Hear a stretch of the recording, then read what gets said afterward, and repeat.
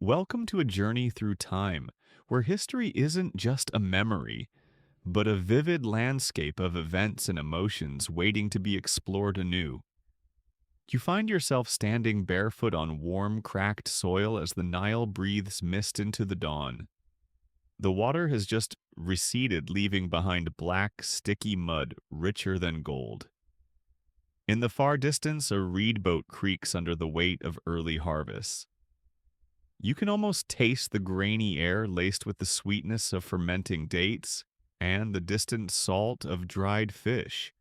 A woman in a linen wrap adjusts her headscarf and trudges toward the field with a basket on her head, half full of onions already trailing that sharp, eye-watering scent you somehow find comforting.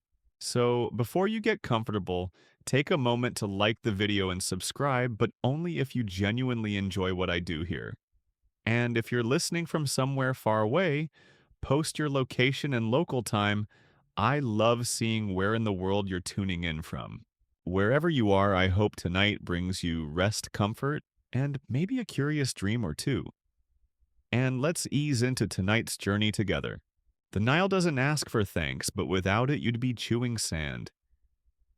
Every year, the river bursts its muddy banks, flooding the land and leaving behind layers of silt so nourishing that even palm trees sigh. You shuffle past a line of children scooping water into clay basins while their father, lean and sun-dark, adjusts the simple shaduf, an ancient irrigation lever that looks like a seesaw built by a farmer engineer with sore arms and dreams of a more efficient life. Along the ridges grow the backbone of your diet, emmer wheat and barley. Not the fluffy modern wheat you're used to. Emmer's tougher, more rebellious, and determined to lodge itself between your molars like a protest sign. But once ground on basalt querns, flat grinding stones, and turned into dough, it becomes the mother of all ancient carbs. Flatbreads, sour loaves, and crumbling grain cakes line the baskets of breakfast tables from peasant huts to noble estates. Well, tables might be generous.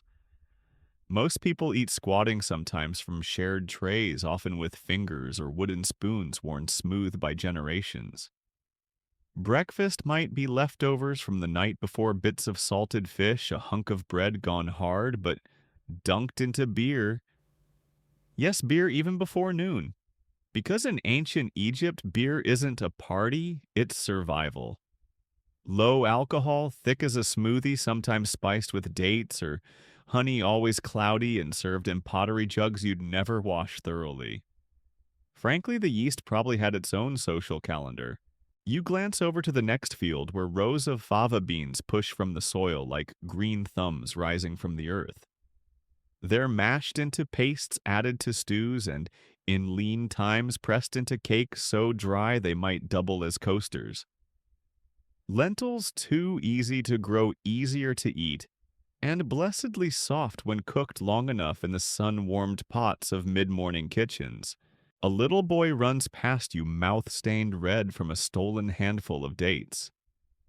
The date palm is more than a tree, it's a candy shop with roots.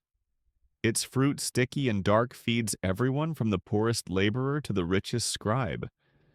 Dried dates go in travel bags, funerary offerings, even ancient granola, well, if you squint. And their sap boiled into syrup, sometimes fermented into a wine you probably shouldn't drink if you're planning to remember the next morning. And then there's the scent-spiced air tinged with garlic and roasting onions. Not from a tavern or market, but just everyday homes. In a civilization with no sugar, no tomatoes, and no lemons, flavor is a high-stakes game. So garlic leeks and herbs like dill and coriander do a lot of heavy lifting. You're struck by how familiar these smells are, almost like wandering into a Middle Eastern kitchen at dusk. Except here, instead of steel appliances, you get clay stoves, open fires, and pots blackened by 1,000 meals. You pause by a group of women at a grinding station, wide low stones worked in steady, patient rhythm. Their arms move like metronomes, their chatter rises above the low hum of pestles meeting grain. Occasionally, a child sneaks a handful of raw flour and gets a swat, followed by laughter. It's a scene so ancient it might as well be imprinted in the stone itself. Historians still argue whether these women were always free or often bound by obligation, class, or caste. But today they are the backbone of a nation built on bread and breath. As midday creeps in, the air thickens and the work slows. Even the animals seem to know it's break time. You slip into the shade of a mud brick wall, chew on a fig that tastes like syrup and sun, and try not to think too hard about the bit of grit in your teeth because, let's face it, their bread wasn't winning any Michelin stars. But somehow the moment is perfect. In the background, a priest sprinkles a ceremonial garden with water from a sacred jug. Maybe the gods eat too. Maybe they demand the same offerings. You've just had a bit of bread and a splash of beer, a few dried figs tucked between prayers. And somewhere out there beyond the dunes and tombs and time, a feast still waits to be uncovered. You wake with the scent of warm dough drifting from the horizon. It isn't from a bakery, not the kind with polished glass counters or gluten-free options, but from a makeshift oven shaped from mud, sun, and repetition. The bread of ancient Egypt is more than food. It's a monument to daily labor, divine ritual, and the stubbornness of emmer wheat. You follow the sound of grinding again, the same steady pulse of stone on stone. This time you're inside a shaded courtyard, where a young girl barely taller than the quern kneels beside her mother and grandmother. Their hands are white with flour, their arms thick with muscle earned from decades of bread making. No one talks much. Grinding grain is the original meditative trance if you don't mind a bit of dust in your lungs. The grain, once ground to a coarse flour, is mixed with water drawn from the Nile, sometimes soured from yesterday's brew, sometimes fresh from a morning scoop. There's no sugar, no yeast as you know it, just natural fermentation caught from the air and the palms of bakers. And the result, a dense flat loaf baked on hot stones, often in shallow pit ovens or dome-shaped clay kilns known as tobans. You peer into one of these ovens and realize the smoke is doing more than cooking. It's seasoning everything. You've never truly eaten burnt crust until you've tried ancient Egyptian bread. The loaves come out dark, almost black on the outside with a chewy sponge-like interior that somehow tastes both earthy and tart. If you're lucky, there's a smear of date paste on top. If you're not, there's a nice sharp chunk of rock because the stones used for grinding often wore down and tiny flecks ended up in the flour. Yes, you've just bitten into bread that can ruin your molars. Ancient Egyptian dentistry was mostly pliers and prayers. One reason mummies are missing so many teeth bread. Delicious, soul-sustaining, tooth-shattering bread. Still, everyone eats it. Peasant or priest, you chew from the same plate. And if you're dead, you still get your share. In tombs across Egypt, flat loaves were laid beside the deceased. Some were real and dried to eternity. Others were made from painted mud or shaped wax symbolic snacks for the next world in case the afterlife had long grocery lines. You wander into a temple kitchen where priests are kneading dough, not for the living, but the gods. Bread was part of Hetep the offering rituals, where food was presented blessed, and sometimes later retrieved and eaten by temple staff. Because let's be honest, divine snacks don't stay uneaten when there are hungry hands nearby. One particularly grand loaf, shaped like a pyramid and studded with sesame seeds, is being baked inside a golden mold. No one knows exactly when sesame arrived, maybe via Nubia or Mesopotamia, but here it is adding crunch to a divine lunch.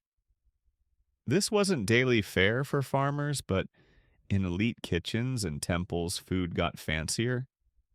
Some loaves were stuffed with dried fruit, herbs, or even minced meat. Others were shaped like birds, crocodiles, or cows, representing the offerings you might want to send to the gods if you hoped they'd overlook that one time you accidentally stole your neighbor's goat. And yes, there was bread for love. Some recipes were tied to fertility rituals, heart-shaped, curved like a womb, or dimpled like a belly.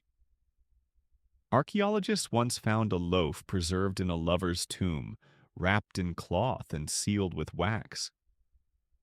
Historians still argue whether that loaf was meant for a symbolic reunion in the afterlife, or just the ancient equivalent of a romantic snack pack.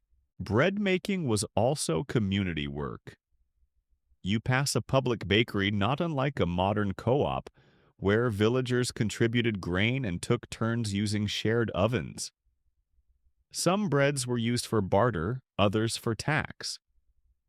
The pharaoh's granaries were full not only of raw grain, but finished loaves hundreds of thousands stacked like offerings to bureaucracy. You pause beside one such granary watching workers tally baskets and record deliveries with reed pens on clay tablets. No calculators, just scribes, sharp eyes, and a healthy mistrust of anyone who says they brought exactly 20 loaves when the basket clearly holds 16. In richer homes, baking became art. Molds shaped the bread into animals' deities or architectural motifs. One scribe's tomb painting shows him seated with a basket of intricate pastries, some twisted, some plaited. Some decorated with what might be poppy seeds, though no one's entirely sure.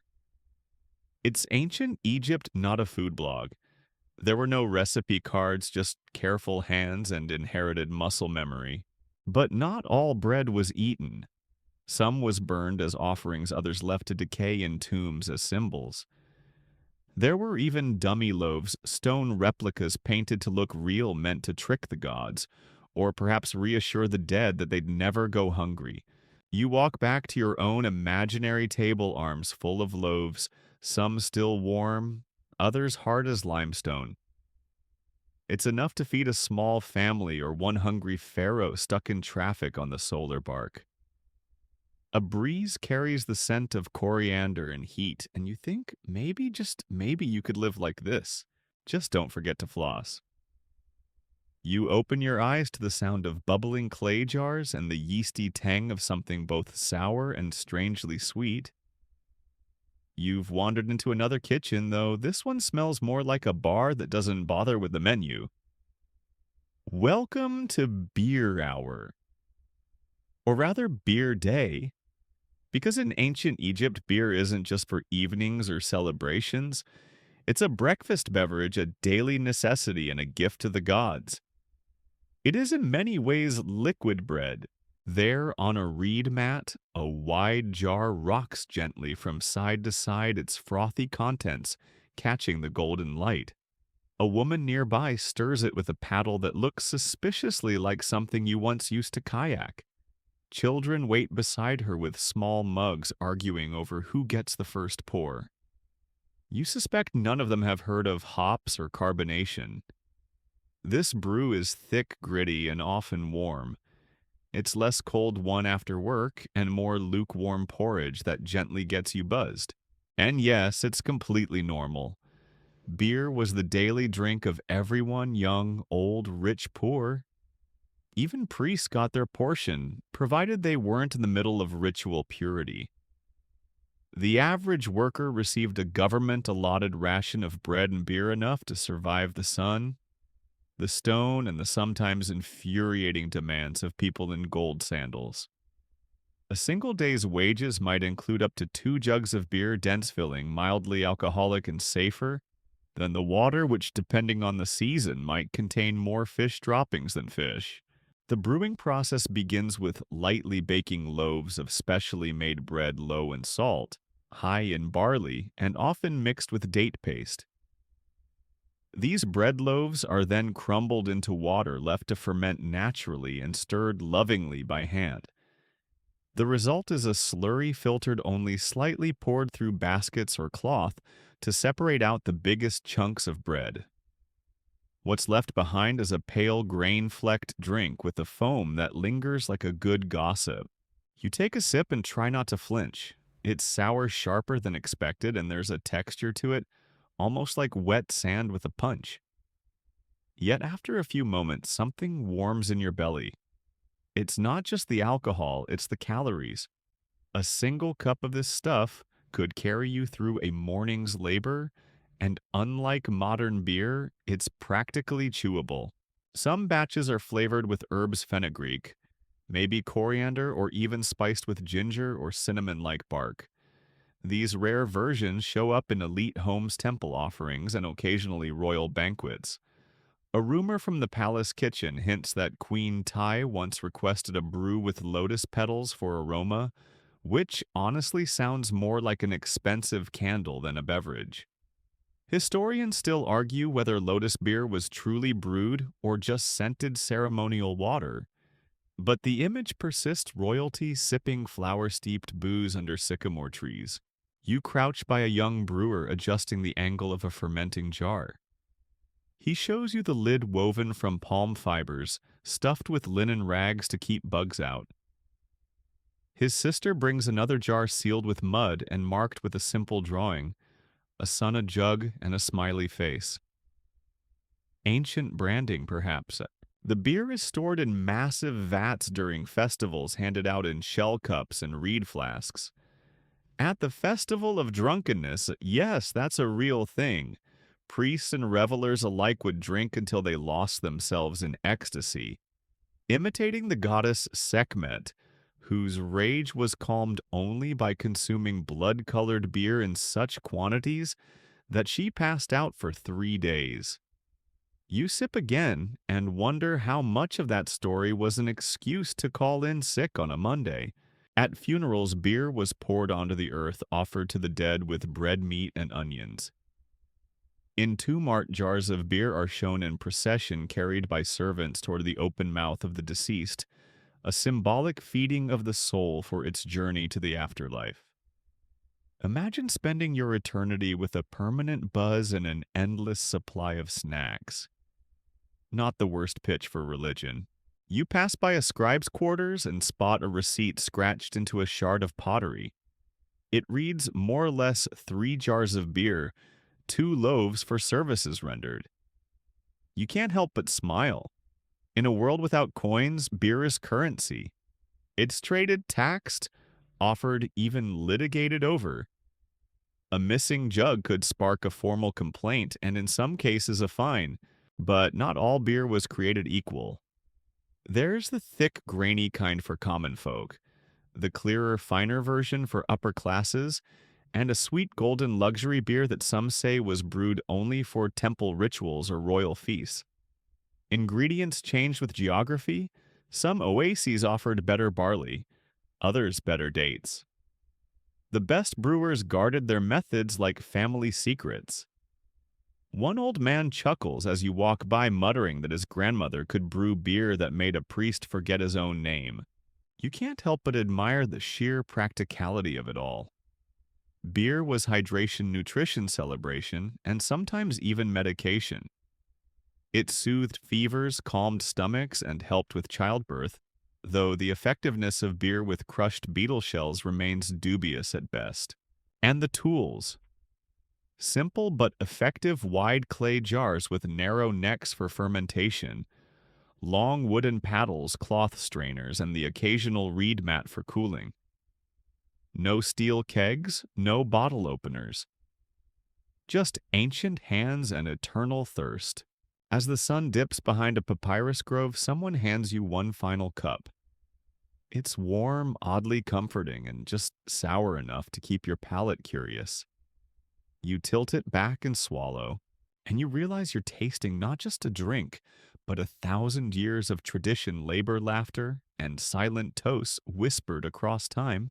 You rise slowly from your perch near the beer vats, brushing barley husks from your legs, and stretch into the midday sun. The breeze carries something new, sharp green and unmistakably earthy. You follow it through narrow pathways carved between mud brick homes and low garden walls until you arrive at a scene that feels like a living pantry. Here, under the glare of the Egyptian sky, the true flavor of ancient life grows. Onions. They're everywhere. piled in shallow baskets, hung from wooden beams, braided together like garlands of pungent pearls. You step carefully between them, careful not to trip over a row of sun-drying garlic, their papery skins fluttering like ghostly sails. A woman nearby, squatting with a bundle of reeds, crushes wild leeks under a flat stone, turning them into a garlicky paste she'll later mix with lentils and smear on yesterday's bread. No cheese, no butter, just the biting tang of onions and the deep, bitter strength of survival. In Egypt, these plants are more than food, they are sacred. They are medicine. They are laborers' wages and priestly cures. They are offered to the dead and packed in the bags of soldiers. The god Ra, if he had a lunch break, would probably eat onions. You watch a toddler toddle past chewing a scallion like it's a popsicle nose running, and eyes streaming with joy or pain you can't quite tell. Maybe both. You turn your head and catch a flash of purple. Figs, plump and nearly bursting in the heat, dangle like heavy ornaments from gnarled trees. They don't travel well too soft, too juicy, but eaten here fresh off the branch, they're as close to dessert as most Egyptians would ever get. Split one open and it's a sticky mess of seeds and sweetness of fruit that tastes like it's already been cooked by the sun. Not far from the fig grove, a man in a faded linen kilt stoops beside a low patch of ground, dotted with unfamiliar bulbs. You crouch beside him and he offers you a root with a shrug. Tiger nut, he might say, though he uses the older word, DGI. Crunchy, slightly sweet, fibrous as a broom. Eaten raw, roasted, or ground into flour, these are the snack of caravan drivers and market sellers. Some even make them into a kind of milk, a cloudy drink that tastes like nostalgia and a little bit like dirt. You walk past rows of green lettuce with long, bitter leaves cucumbers that look more like zucchini and melons just beginning to swell. All of it growing in a flood-fed patch fenced with sticks and optimism. A boy is plucking gourds and hurling them at a basket, clearly aiming for fun more than accuracy. You duck instinctively when one flies a little too wide. Then there are the beans. Not your delicate French haricots or manicured supermarket snap peas. These are robust fava beans, broad, thick-skinned, and absolutely everywhere. Cooked into stews mashed with garlic and oil or eaten cold with a splash of sour beer. High in protein, low in fuss. A commoner's delight and a taxman's delight, since beans like bread often served as payment. And yes, the farmers. You watch one, now his back bent, and skin baked to leather, working the field with a hoe that looks older than logic.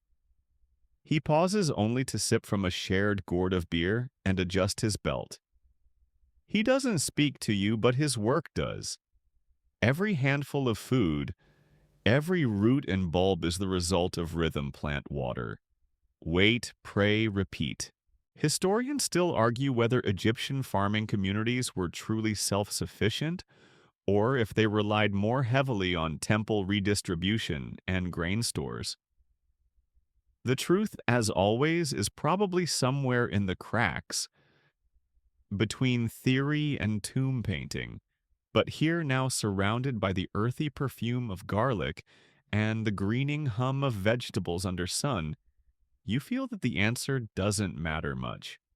The people grew what they needed, shared what they could, and offered the rest to the gods or to chance. Even love has its vegetables. Lettuce in particular held strange power. Long and upright, it was sacred to Min, the god of fertility, and believed to promote vigor and, let's call it, enthusiasm. Offerings of lettuce appear in tombs. Fertility rituals and temple feasts.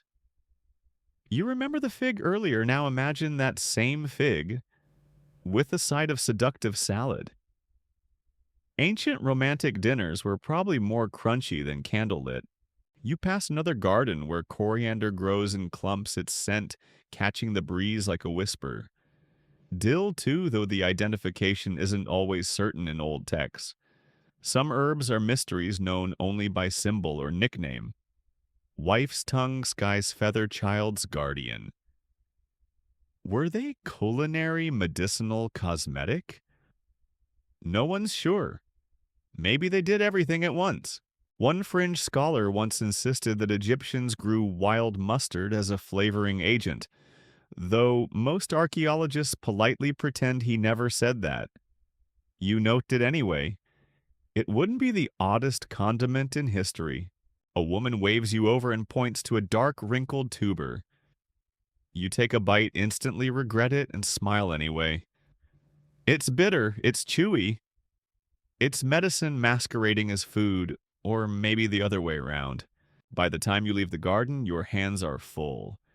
Green onions, tiger nuts, a bruised fig, and something you hope is a cucumber. You've eaten nothing warm, nothing fried, nothing served in 3 courses. And yet you're full. Not just your stomach, but something deeper. A quiet fullness. An understanding of how much life depends on dirt, water, and time. And garlic. Always garlic. The heat thickens as you move away from the shaded vegetable plots and into a busier stretch of town. Dust clings to your ankles and the smell hits you before the sounds do salt smoke. Animal fat and something faintly sour like pickled livers left in the sun. You've arrived at the market. Not the kind with brightly painted signs or wheeled carts selling gelato, but a patchwork maze of awnings, reed mats, and shouting traders. This is where meat lives briefly. Under one sagging tarp, a butcher waves a curved knife with casual flair as he hollers about a freshly slaughtered goose. The bird's feathers lie in a neat pile nearby while its plump body rests on a low stone slab glistening in the sun. Flies hover.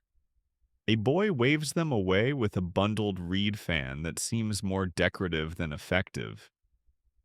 Another goose hangs nearby, tied by the feet, its neck stretched and stiff. It's been brined in salt and herbs, a technique you learn isn't just for flavor, but for survival in a world without refrigerators. The butcher offers you a thin slice salted and sun-dried. You chew carefully. It's tough, smoky, a little greasy. The taste is halfway between jerky and regret. But if you'd been hauling limestone blocks since sunrise, this would taste like triumph. You step around a stack of baskets and come face to face with a dried fish merchant. Hundreds of them, silver and stiff, stare back at you from wide trays. Some are little more than skins, thin Nile perch, gutted and flattened. Others are fat-bellied catfish with their heads still attached, their vacant eyes clouded over. In some temples, catfish were taboo, associated with chaos or impurity. But here in the marketplace, theology bows to hunger. A woman at the next stall sells grilled tilapia, still hot from a clay oven nearby. You watch her crack the skin with a small reed knife, revealing tender white flesh that steams into the air. She sprinkles it with crushed garlic and offers it with a smile that says, "It's better than it looks." You believe her. You also notice she eats with her left hand and sells with her right, an old trick to keep your fingers from smelling too strongly of fish when it's time to count change. Meat is expensive. Most Egyptians wouldn't eat it daily, especially beef, which requires land-water labor and a distinct lack of emotional attachment to your animals. But birds are fair game. Ducks, pigeons, and quail crowd makeshift cages here, their feathers ruffling nervously.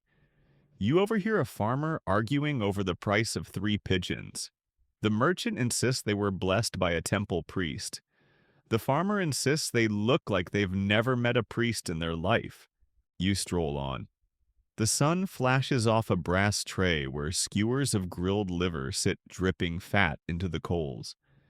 A young man fans the flame with a steady rhythm, beads of sweat drawing zigzags down his forehead.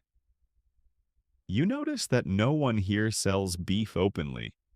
Cows are sacred in many regions, particularly in Hathor's cult centers, and slaughtering one requires not just permission, but serious spiritual paperwork.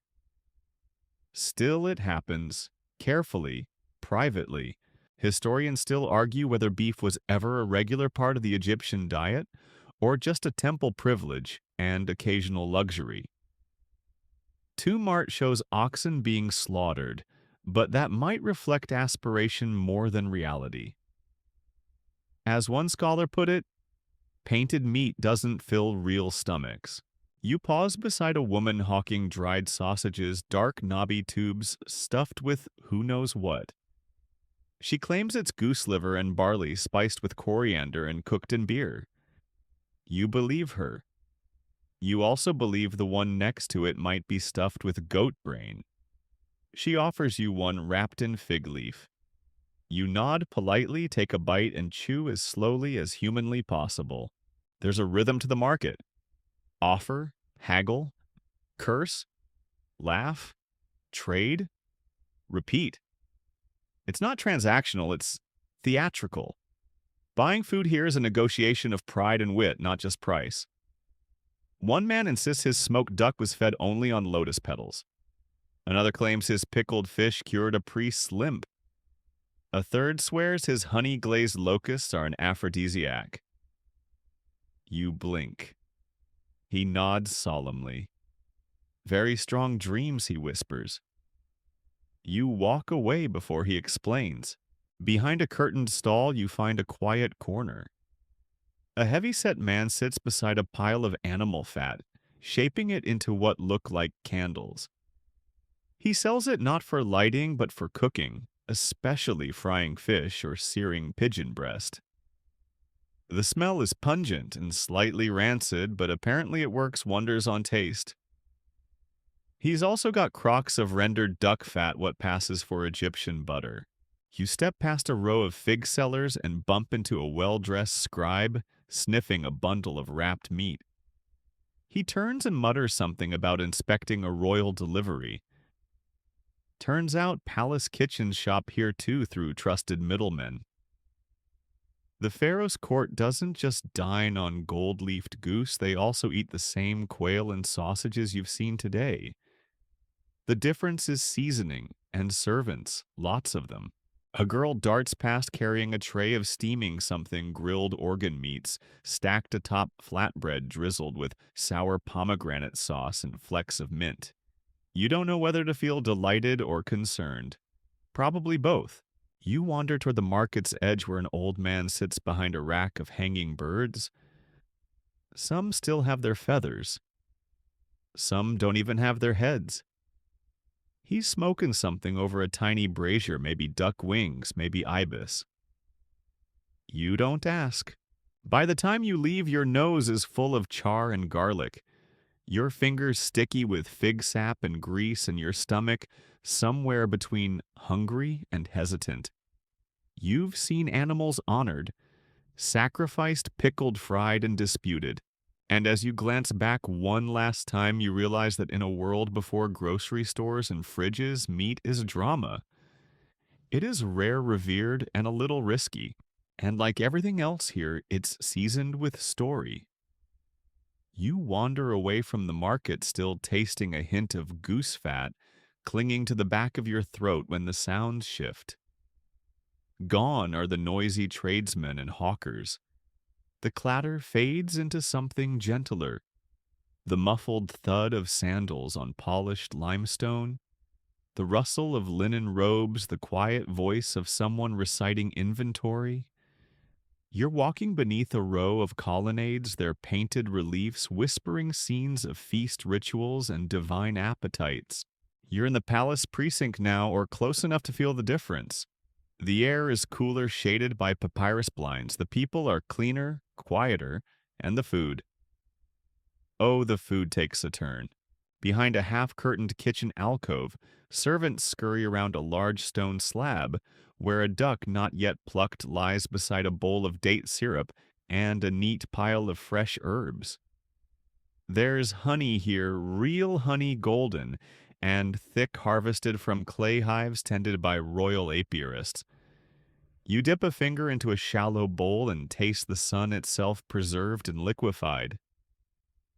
A scribe immediately scowls at you. Apparently, that was meant for a sauce. Oops. The palace kitchen is nothing like the dusty street ovens or beer-sticky market stalls.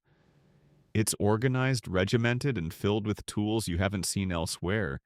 Strainers carved from alabaster gold-tipped ladles, knives so sharp they probably have names. Someone is delicately brushing egg wash over a flatbread before sliding it into a dome oven shaped like a shrine. The smell is different here, less smoke, more spice. You recognize cinnamon. Or is it Cassia historians still argue whether true cinnamon made it into Egypt, or whether they just fell in love with something bark-like that smelled exotic enough? A line of servants parades past with ceramic platters. One carries a roasted pigeon stuffed with figs and barley. Another has slices of seared liver topped with something suspiciously resembling wild thyme.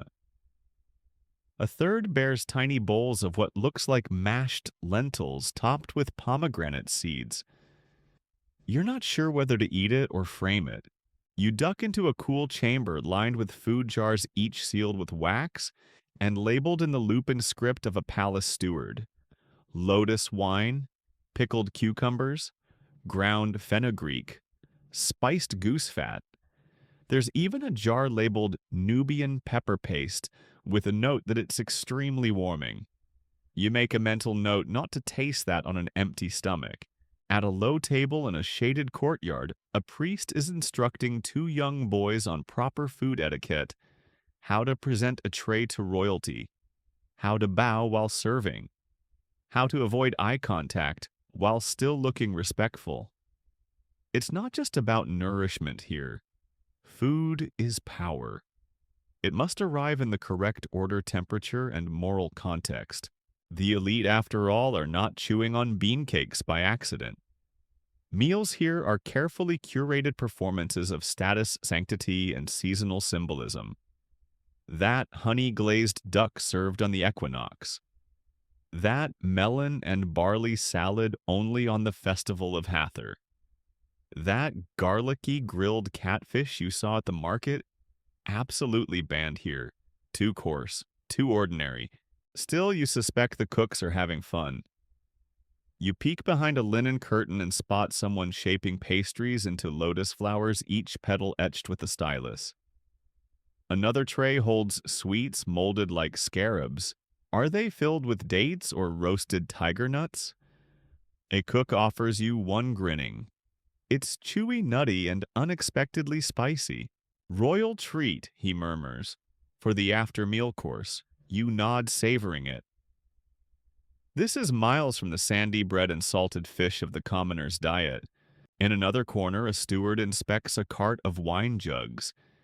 Egyptian wine is mostly red, thick, and sweet, aged in clay amphorae and flavored with herbs or fruit. White wine exists too, mostly for ceremonies or export. The steward tastes a drop from each jug, scribbling notes like a judge at a divine cooking contest. He pauses at one, frowns, and pours it out into the garden. A nearby gardener lets out a small gasp. That was probably his favorite.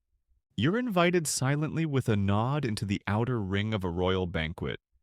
Low tables, cushions, bronze bowls steaming with fragrant stews. Everyone eats slowly, carefully. A noblewoman dips grilled goose into a sauce of sour grapes and caraway. A man in leopard print linen chews on lamb ribs, his fingers jeweled and glistening. You notice a platter of ox tongue artfully arranged beside a dip made from pureed lentils and honey. You pretend not to stare. Then there's the soup course, yes. Soup. A rare luxury, this one, made from marrow and leeks thickened with emmer flour and topped with what may be grated goat cheese or just very soft garlic. It's impossible to tell, and no one's explaining. A musician plays softly in the background, and you feel your body relax. The food here is designed not just to fill, but to transport, to elevate. In ancient texts, feasting is often synonymous with divine favor. If you dined well, you lived well. If you shared a banquet, you shared a blessing. One noble flicks a date pit from his plate and tells a joke about a donkey and a sour fig. You don't understand it, but the laughter is polite and warm. The pit lands near a cat who doesn't flinch. She's clearly a regular guest. As the meal winds down, platters of fruit appear, figs, dates, melons, and even imported apples. It's a show of wealth. These are not everyday items, they are seasonal rare and possibly bribes to keep your guests from gossiping. You help yourself to a slice of melon. It's cold. Someone must have had the luxury of a shaded well. It tastes like shade and sugar and silence, and then just as you begin to feel too full, someone lifts a golden ewer and pours a final cup of wine perfumed with myrrh, and maybe just a drop of rosewater. It smells like celebration. You sip slowly, feeling the weight of all the feasts you've never attended, and all the ones still painted on tomb walls eternal and uneaten. You leave the palace behind your head buzzing faintly from wine and whispers your fingers still sticky with fig syrup. The grandeur fades as the colonnades recede and the limestone walls give way to open sun. You're back among the ordinary folk again, but there's something oddly comforting about it. No one's carving lotus-shaped pastries out here, but the date palms, they're heavy with promise. You reach up instinctively and pull one down a fat, dark purple date, nearly splitting with ripeness. The skin peels away with ease and the fruit inside is warm, syrupy, and somehow dusty all at once. In a place without refined sugar, dates are the answer to everything sweetener snack dessert offering. You chew slowly, imagining the number of ancient hands that reach for this same flavor across millennia. Date palms grow like slow fireworks across the edge of the cultivated zones, rising from the fringe between farmland and desert. And beneath them, in small woven baskets or tucked inside goatskin satchels, you find the simplest, most enduring of travel foods, what you might call desert snacks. These are the provisions of caravan merchants, messengers, herders, and anyone too far from a kitchen. You squat beside a woman selling dried tiger nuts, some roasted, others raw. She cracks one open for you, revealing its fibrous interior. The flavor is mild, a little nutty, a little earthy, somewhere between almond and old paper. She offers a bowl of tiger nut porridge next. It's grainy, sticky, barely sweetened with date paste and served with a thin splash of goat's milk. It's humble but nourishing, and she nods in approval when you finish the bowl without wincing. Next to her, a boy arranges small parcels wrapped in palm leaves. Inside each are pressed cakes made from ground barley figs and sometimes dried fish flakes, what might generously be called protein bars today. They're dry, chewy, slightly sour, and they last forever in the heat. Caravan leaders pack dozens of these in their satchels, often adding a few cubes of hardened honey to nibble on during sandstorms. And then there are the roasted seeds, coriander, flax, and something like chickpeas. A farmer passes you a handful as he loads up a donkey cart. They're crunchy, salty, and probably slightly burned. But in the middle of a 3-day trek through scrubland, they're a banquet. You follow a caravan setting out for the Red Sea trade route, 2 donkeys, 1 shaggy camel, and 4 men, with more resolve than footwear. As they move, they munch. Dried strips of fish, chunks of aged cheese that smell like confidence and goat, sun-dried onions strung like necklaces, and always dates for energy, for water retention, for morale. Some snacks are weirder. A girl at the last hut before the dunes offers you a jar of pickled radish bulbs, their skins tinted pink from brine and beetroot. The taste is sharp, vinegary, almost electrifying. You can't decide if you hate it or love it. You buy a second one just to be sure. Further down the path, a man displays flat cakes baked with crushed lotus seeds. They're dense and chalky, but considered sacred. The lotus is not just a flower of myth, it's a food too, albeit a modest one. The seeds can be boiled or roasted, the roots sliced and stewed. There's even talk that pharaohs used it as an aphrodisiac. Though frankly, it's hard to feel seductive while chewing something that tastes like boiled sandalwood. And just when you think you've sampled the full range of ancient trail mix, a merchant pulls a surprise from his basket: dried locust, roasted in duck fat, and sprinkled with sesame seeds. He offers one. You hesitate. He pops one into his own mouth and grins. You chew. It's crunchy, oily, and vaguely nutty. Not awful, not great, but definitely memorable. The kind of thing you tell your grandchildren about, assuming they're into edible insects and historical curiosity. These travel snacks aren't just culinary footnotes, they're lifelines. In a land where the next well might be a mirage and dinner depends on what your donkey didn't trample these little parcels of food or treasure. They're wrapped in linen or palm leaves, stored in clay jars, sealed with beeswax, tucked under saddles or tied around waists. You see one man unwrap a single preserved fig with such reverence it might as well be a jewel. He eats it in 4 bites and sighs. Historians still debate the extent of Egypt's internal trade, how far goods moved between Nome province and Nome, how much was centrally distributed by temples, and how much traded freely among villages. But out here, watching the dusty flow of humans and animals carrying dates, nuts, garlic, and bundles of onions strung like prayers, the question feels both vital and irrelevant. Food always moves. It finds a way. You rest under the shade of a sycamore fig tree, sipping from a water skin that tastes faintly of leather and barley. Around you, travelers nap chew repair sandals. One woman sews a bundle of coriander seeds into a child's tunic. Not for eating, she says, but for protection. Against what she shrugs: bad spirits, sand spirits, or maybe bad breath. A goat nearby sneezes. And as the wind picks up carrying the dry perfume of dust and cumin, you realize the snacks of ancient Egypt weren't glamorous. But they were clever, portable, nutritious, honest, and you strangely feel grateful for the taste of something so old, so simple, and so determined to survive the sun. You drift slowly back toward the Nile, the road flanked now by reeds, whispering secrets and palm shadows that sway like dancers.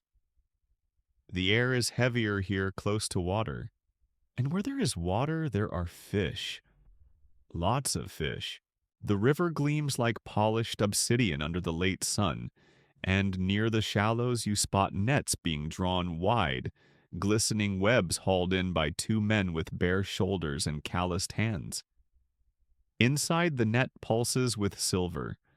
Tilapia catfish perch, some barely hand-sized, others flopping with such force you instinctively step back.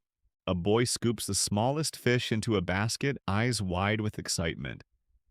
He'll take them home to his mother, who'll fry them with garlic and coriander over a clay pot until the bones crunch between your teeth like salty twigs.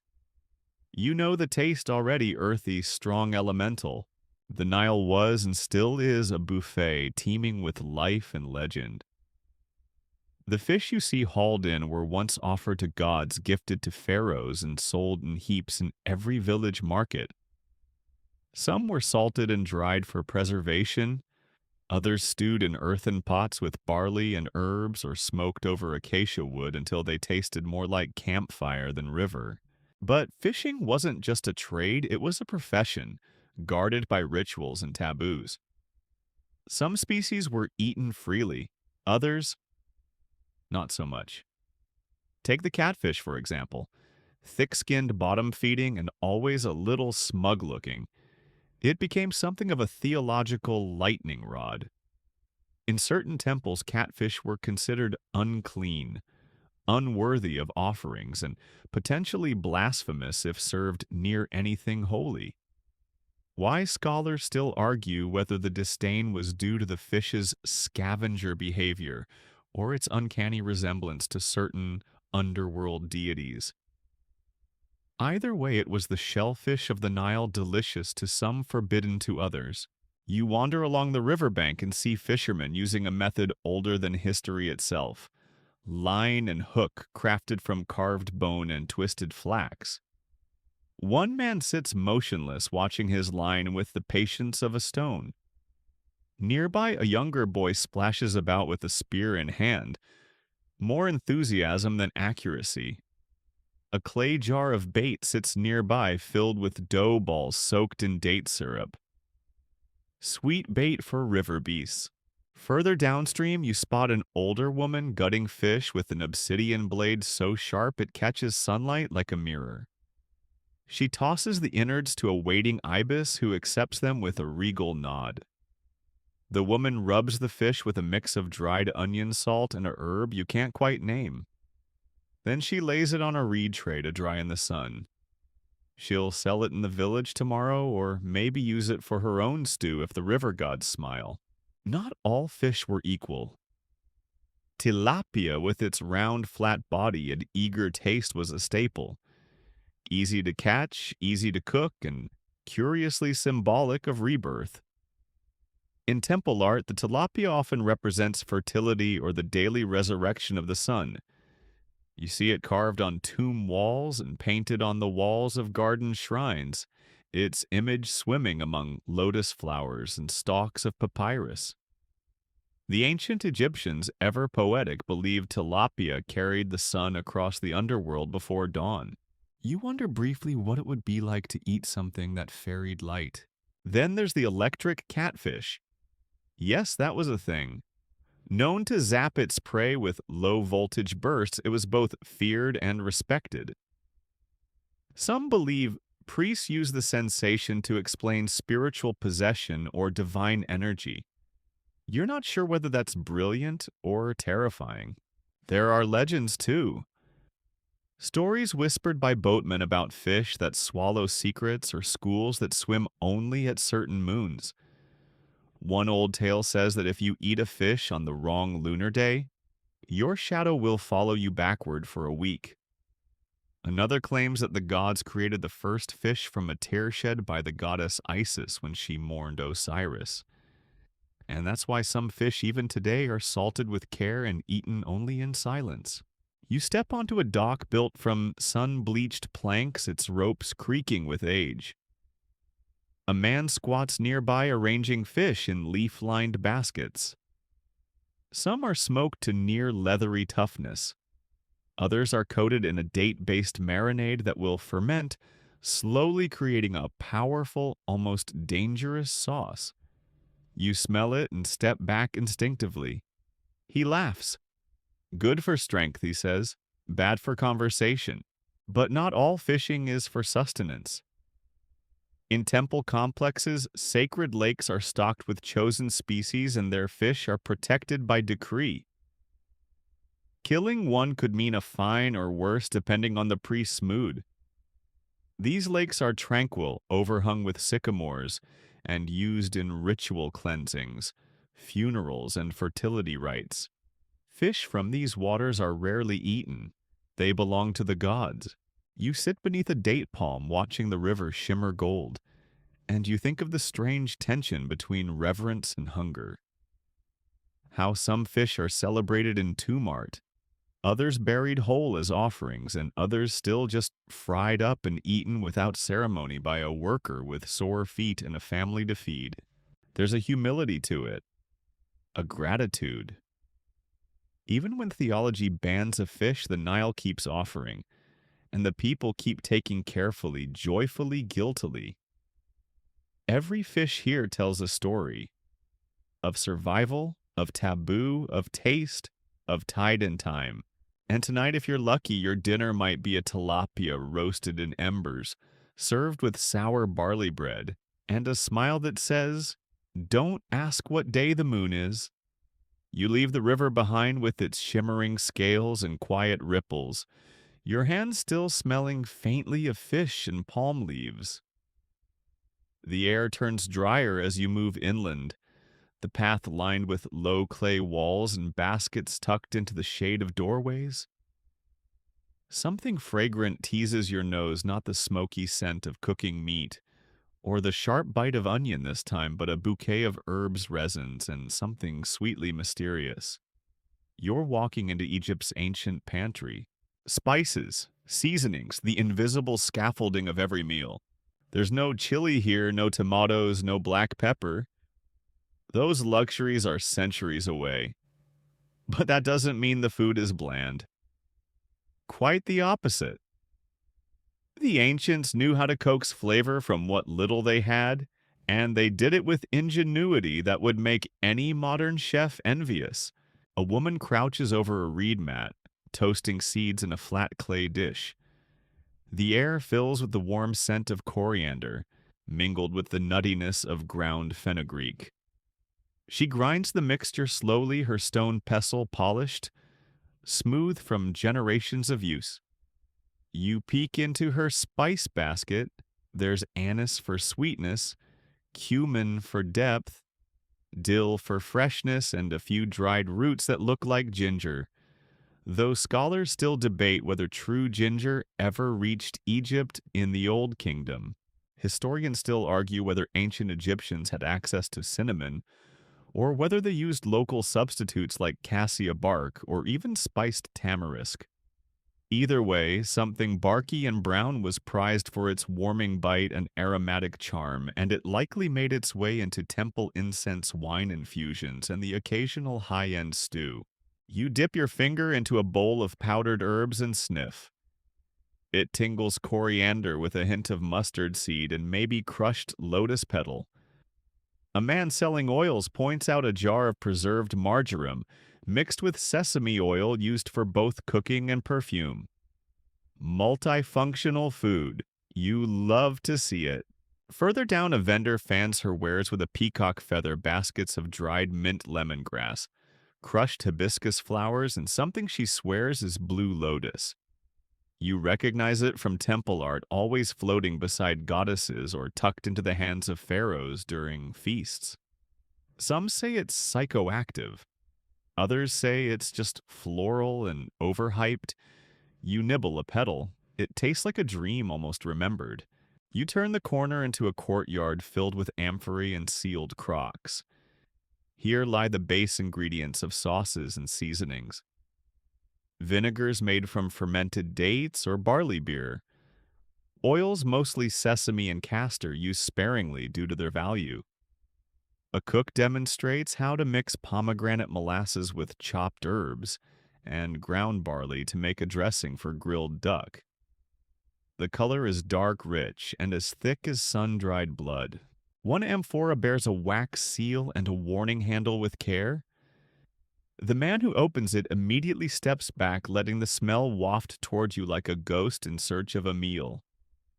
It's a fish sauce, thick and fermented, made by layering small fish with salt in a jar and letting them stew in their own essence for weeks under the Egyptian sun.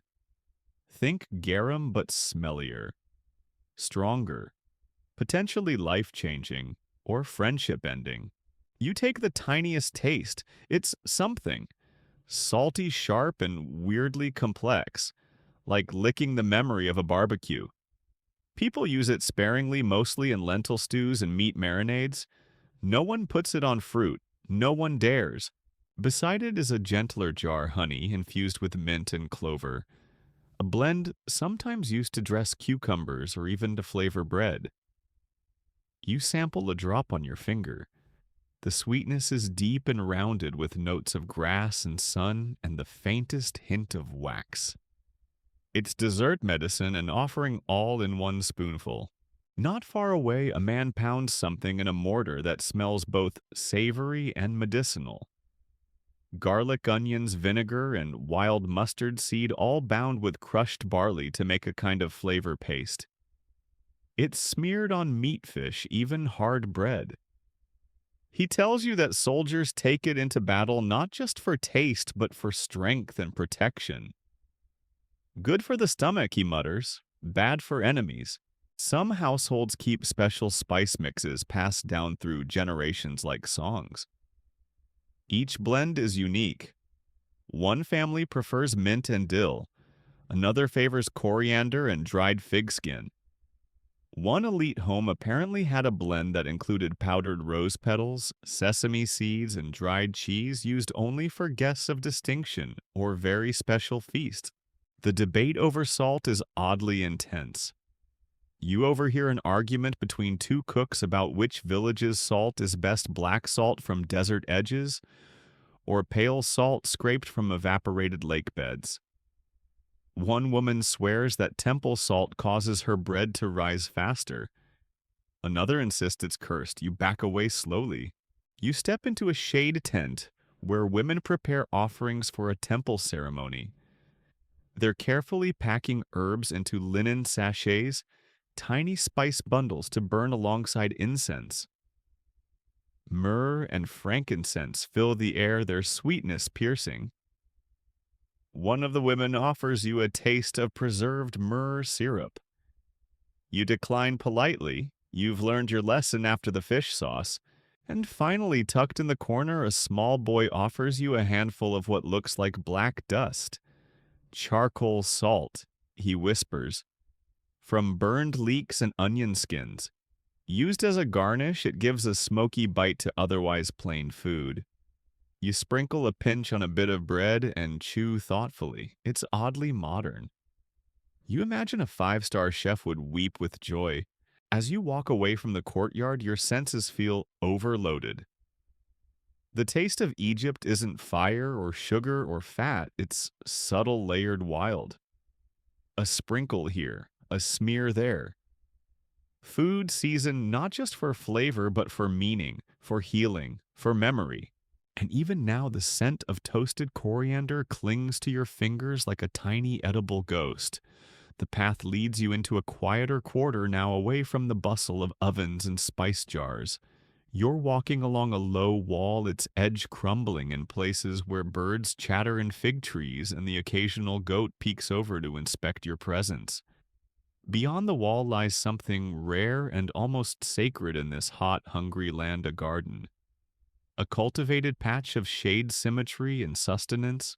These are no random vegetable plots. This is a planned space part, orchard part, pharmacy part, temple. Gardens in ancient Egypt were designed with intention, a cross between utility and cosmic symbolism.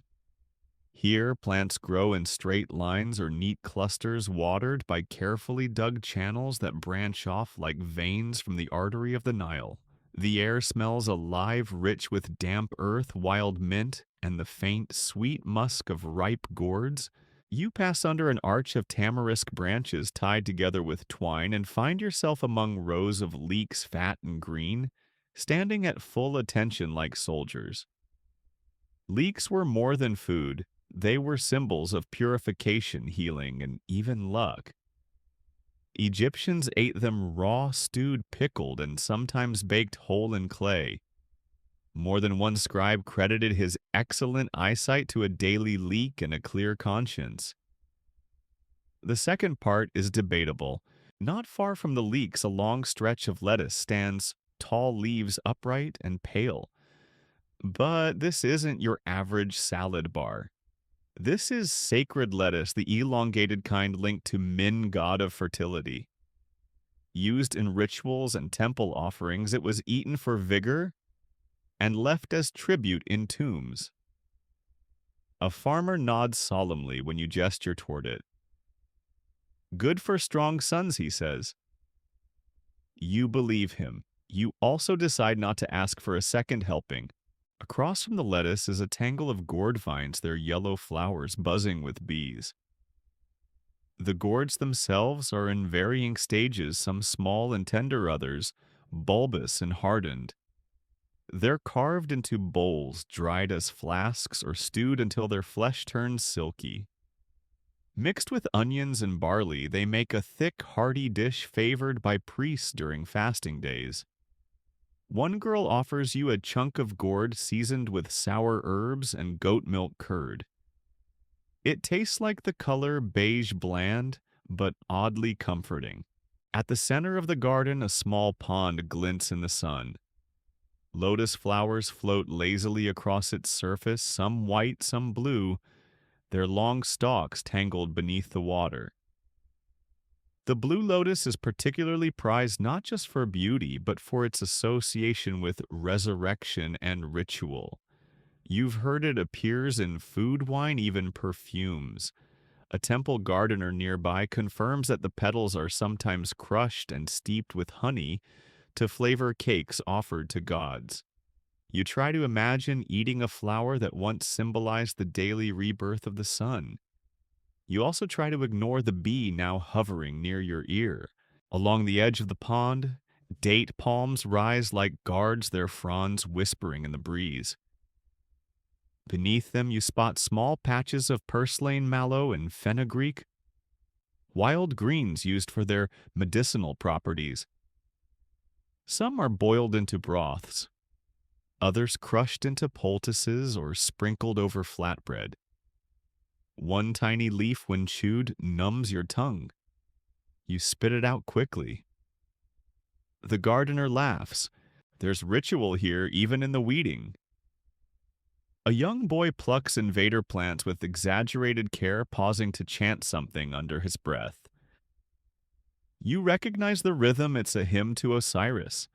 In sacred gardens, even pulling a weed becomes a spiritual act. After all, to grow food in a desert is to perform a small miracle. Each seed is a spell, each fruit a promise.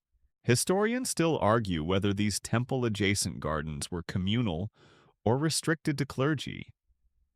Some texts suggest they supplied not only offerings but also meals for priests, sick pilgrims, and temple workers. Others argue that many were symbolic, planted not for sustenance but to mirror divine order. The four corners of the world, the balance between desert and flood, life and symmetry. You pass a pergola woven with vines, possibly cucumber, though they look suspiciously more like bottle gourds. A woman with dyed henna palms is dabbing yogurt onto a sunburned child's shoulders, whispering about coolness from the gods. She nods toward a cluster of herbs hanging from a reed frame. Smell, she says. You do. It's basil or something like it. Fragrant, peppery, and a little sharp. She uses it in stews and bathwater. Probably not the same bath. There's a pomegranate tree here too, its fruits fat and split, revealing seeds like tiny red jewels. You crack one open and pop a handful into your mouth. The juice is tart, electric. You understand now why it's reserved for the elite for offerings for royalty. In the desert, this much water in a single bite feels like cheating.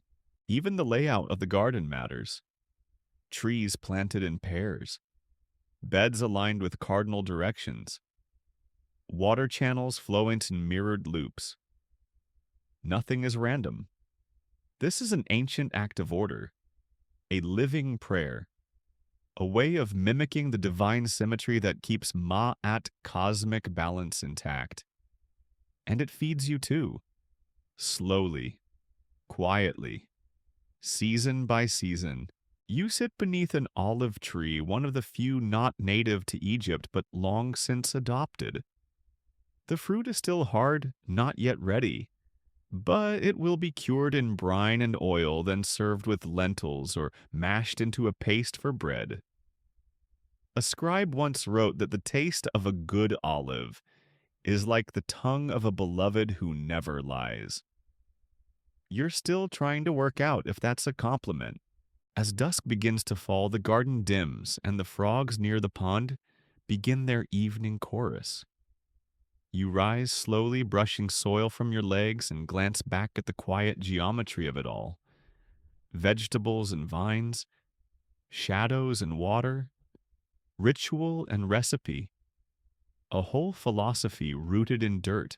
In this ancient garden, you haven't just eaten, you've learned how to live.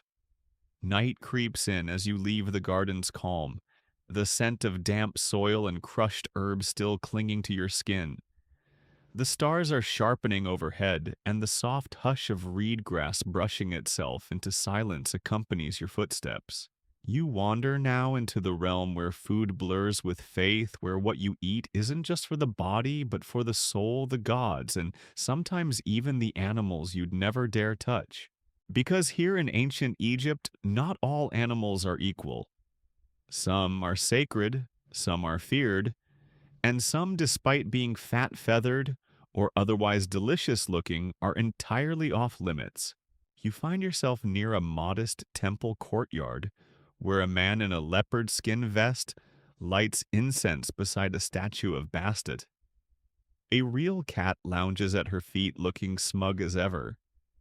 Cats, of course, are more than pets. They're household guardians, rat catchers, protectors of children, and living symbols of the goddess herself. Killing one even by accident could bring social disaster or worse. Eating one that's not just taboo, that's unthinkable. You peer around the courtyard and spot a low altar with offerings laid out on palm leaf trays. Some contain food dates, flatbreads, a few slices of fish.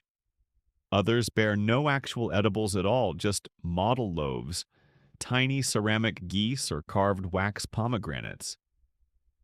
It turns out that symbolic food can nourish a god just as well as real food, especially when accompanied by prayers and incense. A kind of divine catering arrangement. But outside the temples in the sandy streets and quiet alleys, the lines are blurrier. People keep animals for all kinds of reasons. Transport, protection, labor, even friendship.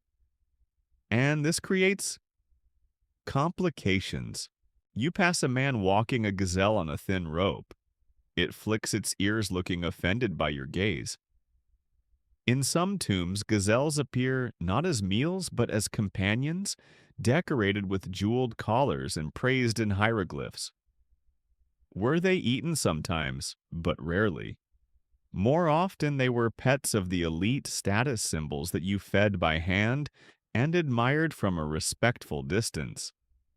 Gazelle kebabs were not part of the average banquet. Then there were the cows.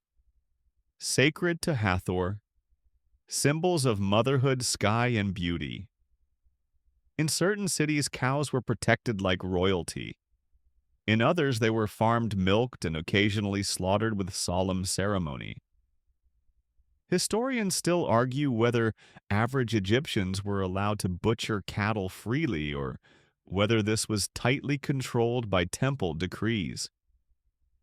Either way, beef was rare and reverent, and the moment you took a blade to a cow, you were expected to offer prayers, apologies, and maybe a few coins to a priest. You approach a stable near a village edge where donkeys snort softly in the straw and oxen chew thoughtfully under the moonlight. A boy brushes a long-horned ram, pausing occasionally to whisper into its ear. Sheep were eaten more freely than cattle, but were also used in sacrifice. Their wool, milk, and eventual meat made them something of an all-purpose blessing. You glance over and spot a baboon tethered near a shrine. It bares its teeth not in threat, but in boredom.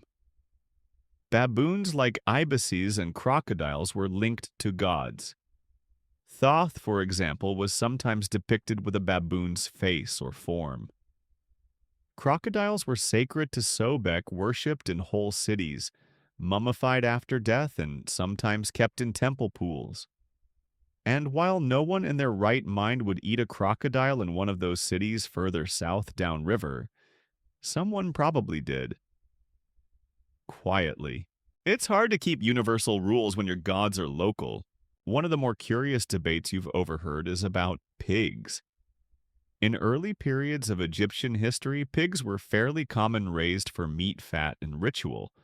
But later, especially by the time of the New Kingdom, pigs were increasingly associated with impurity. Some regions banned their consumption entirely. Others allowed it but discouraged their presence near temples. A pig farmer might be perfectly respectable in one town and persona non grata in the next. And yet, you spot a woman by a clay oven roasting what smells suspiciously like pork ribs seasoned with coriander and honey. She shrugs when you raise an eyebrow. Not sacred here, she says. Just tasty. You nod. Point taken. This patchwork of rules didn't stop people from eating well. It just meant that your menu depended on where you were, who your neighbors worshipped, and how bold you were feeling that day. One scholar once joked that ancient Egyptians weren't just choosing what to eat, they were choosing what to explain to their gods later. You reach a small shrine dedicated to Anubis.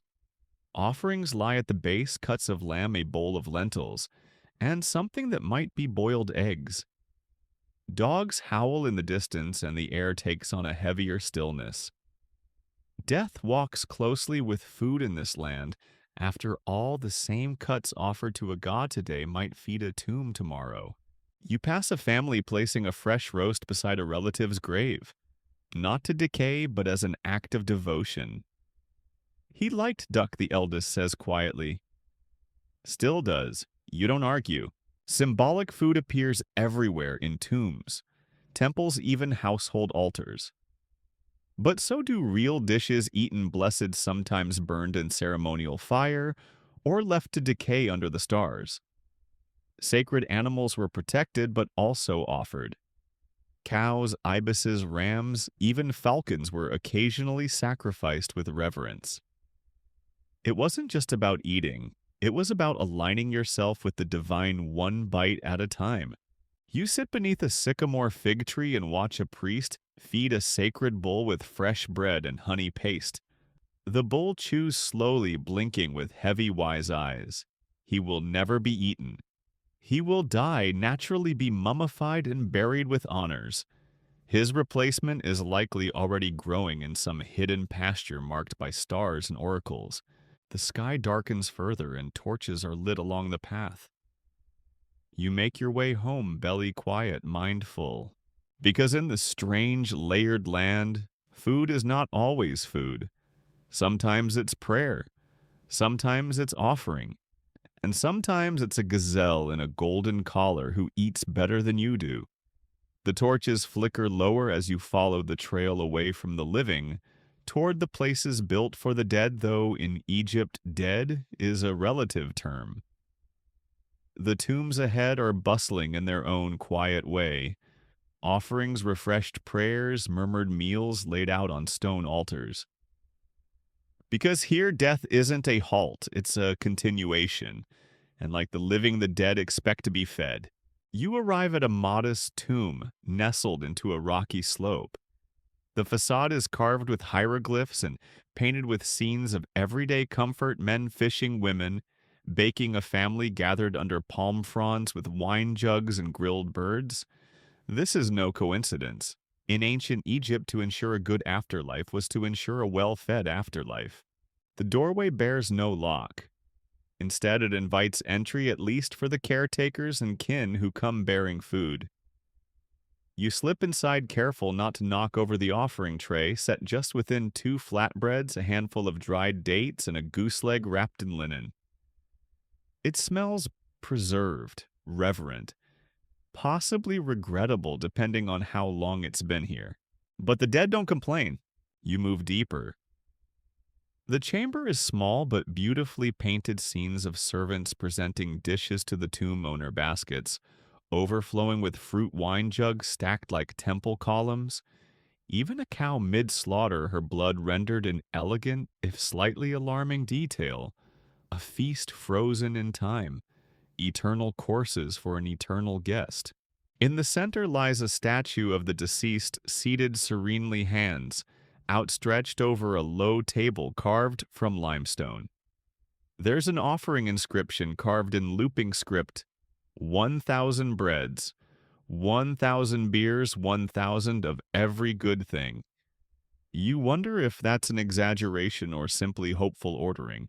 In front of the statue lies the Hetep Dinesu, the offering formula, a standard invocation found in countless tombs. It asks the gods to grant the dead all the good things of the earth: bread, beer, oxen, fowl, linen, incense. Not metaphorical ones, real ones. Or at the very least, symbolically real, because sometimes actual food was brought regularly. Other times, painted food was considered enough. Scholars still debate whether the magic of these painted banquets was believed to literally nourish the spirit, or whether they simply served as divine reminders. You take a moment to study a food list etched into the wall. It's not unlike a weekly grocery order, though far more poetic. There are multiple types of bread: flat, round, folded, twisted. Multiple cuts of meat, ribs, haunch, heart. Even instructions: roasted, boiled with sauce, without sauce. Apparently, even the dead have opinions. A priest appears from the hallway carrying a fresh basket. It holds real food: newly baked loaves, a handful of sycamore figs, and a small jug of beer sealed with palm fiber twine. He places it with practiced care on the offering table, murmurs a few lines under his breath, then sprinkles the floor with water and backs out without a sound. You realize this isn't just ritual, it's service, duty, maybe even affection. The deeper you explore, the more elaborate it becomes. In elite tombs, the feast takes on mythic proportions. Whole walls are painted with scenes of luxurious meals, servants bringing in roasted oxen platters of pomegranate, even dancers and musicians beside groaning tables. One tomb includes images of marshland feasts, fresh fish grilled over open flames, baskets of grapes, pitchers of wine. The message is clear: the dead intend to dine well forever. And if they don't, that's a terrifying thought. One funerary text warns that without proper offerings, the soul might become a hungry flame, doomed to wander without rest. Another describes the torment of a ghost who drinks water but remains thirsty, eats bread but is not filled. You shiver, but there are also signs of joy. A low wall bears graffiti scratched in by a visitor long ago.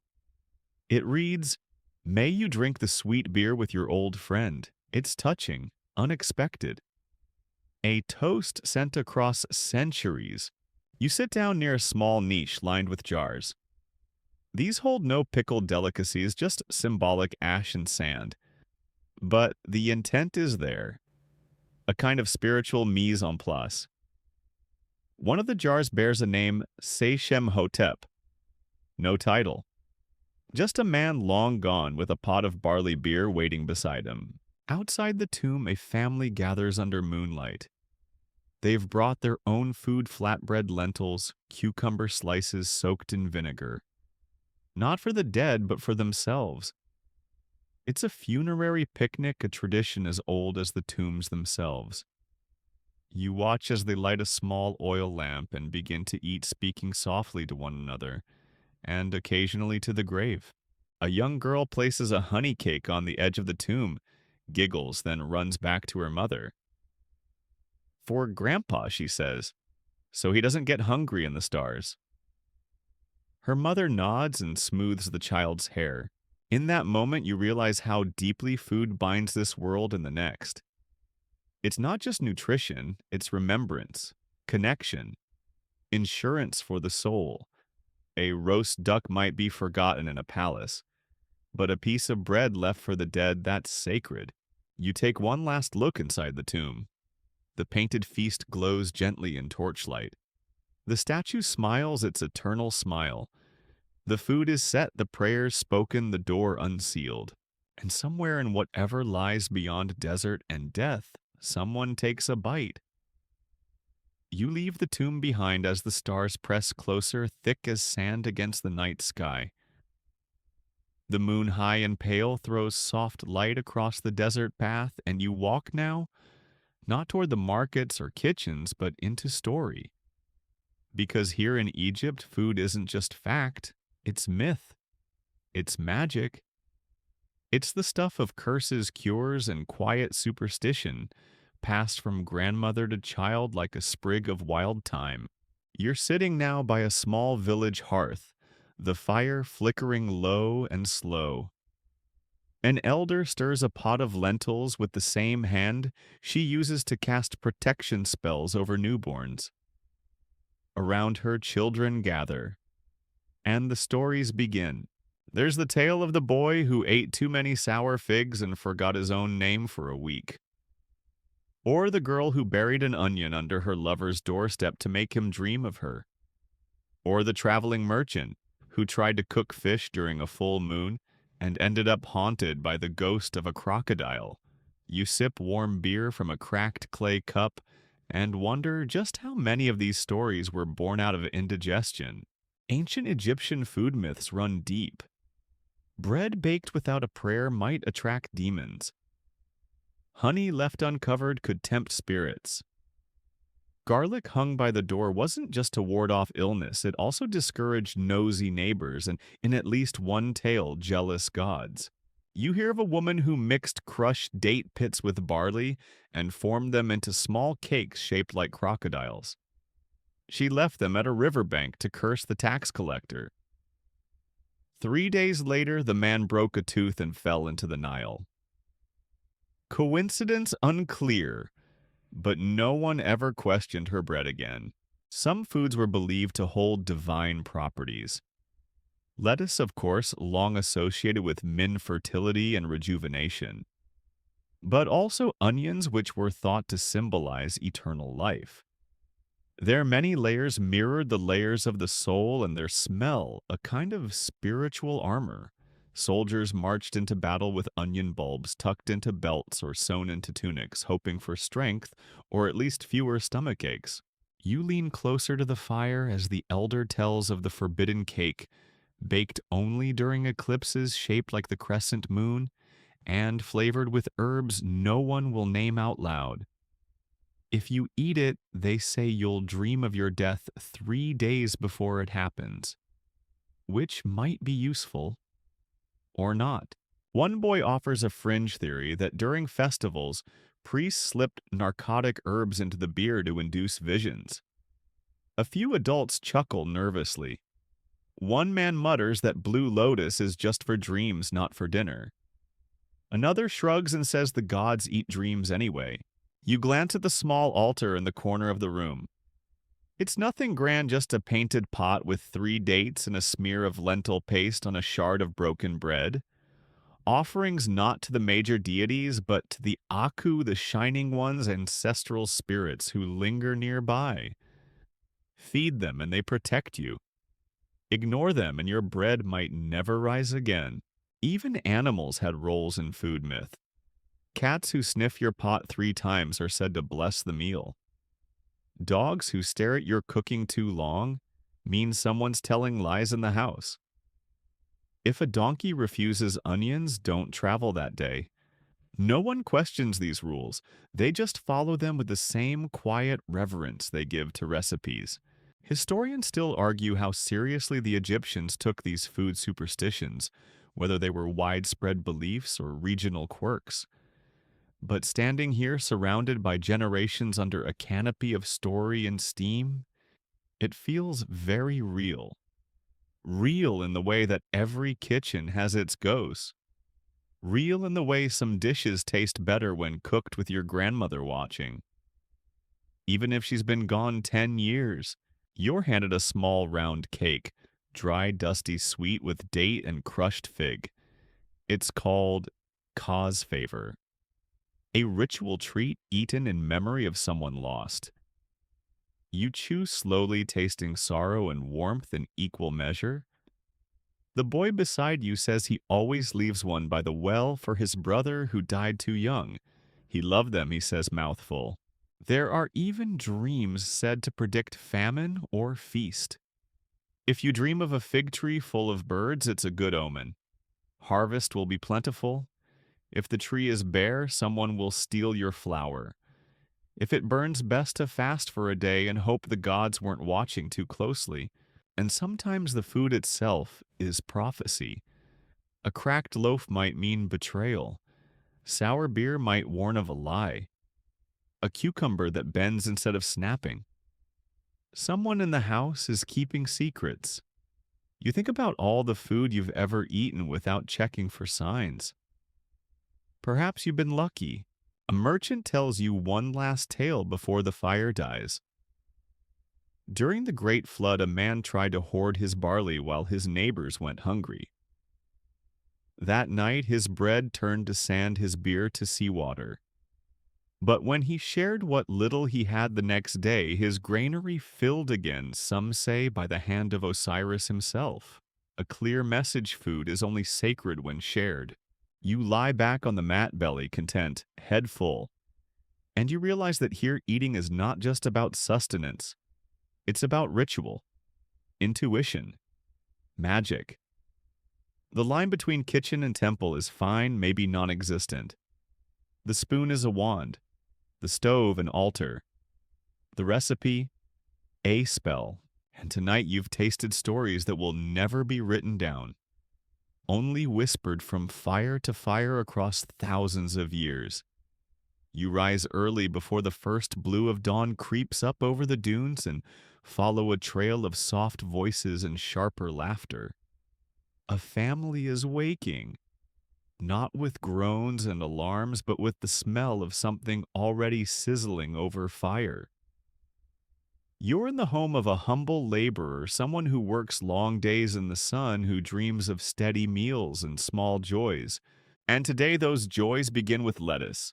Yes, lettuce.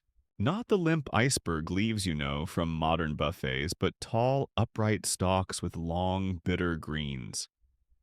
This is the sacred lettuce, the kind believed to restore strength, summon passion, and rouse the gods themselves. A bowl of it sits on the breakfast table, drizzled in a mix of vinegar, coriander, and a hint of honey. It's bitter, tangy, and if you trust Min, the fertility god, very effective. The man of the house swears by it. He eats it with a seriousness that borders on ritual. His wife rolls her eyes and serves lentil mash with flatbread instead. The lettuce is for your dreams, she says, but the lentils will keep you upright on the scaffolding. The children ignore both and reach straight for the onions. Onions were practically their own food group in ancient Egypt. Eaten raw, boiled, grilled, or dried. Given as wages, used in medicine, carried into battle. Priests sometimes avoided them during periods of ritual purity, but that didn't stop the rest of the population from chomping down with abandon.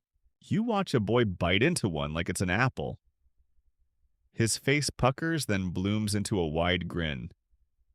There's pride in that sting. Toughness, maybe even status. I'm strong now, he says, showing his teeth.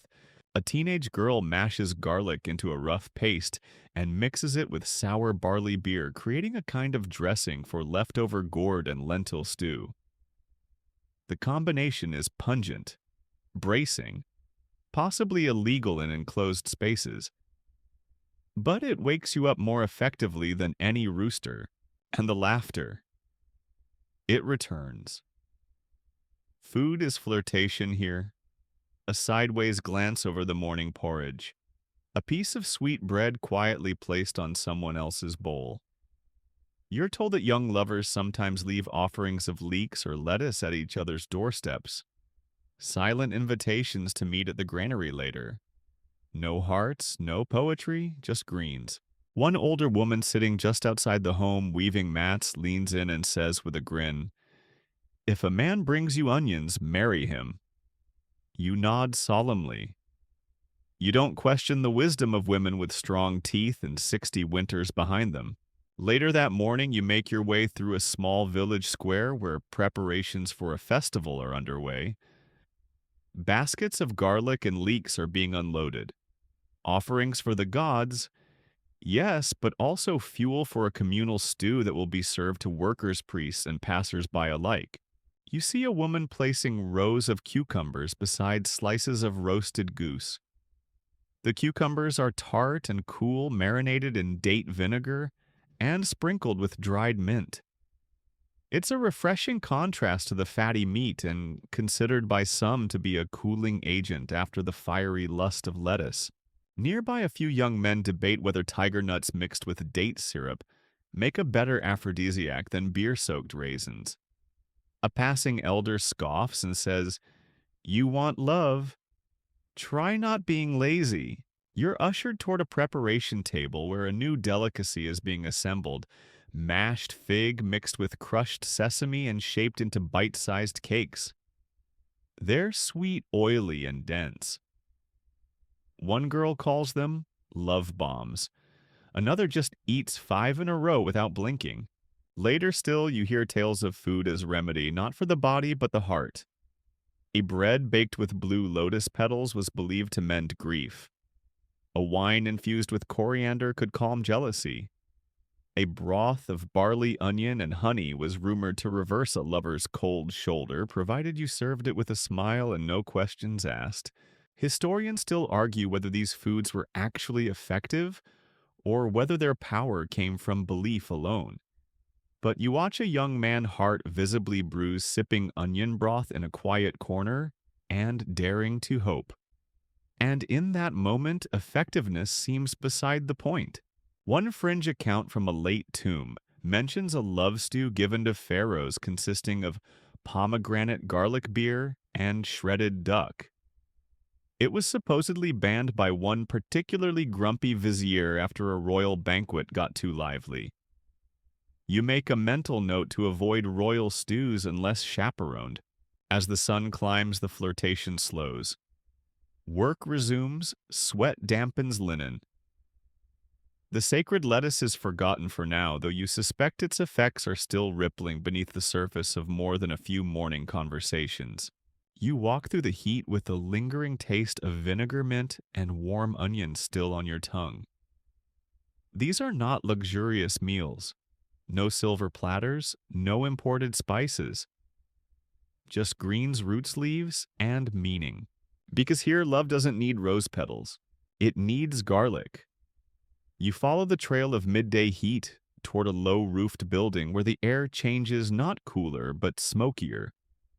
There's a scent of scorched grain, damp ash, and something faintly metallic.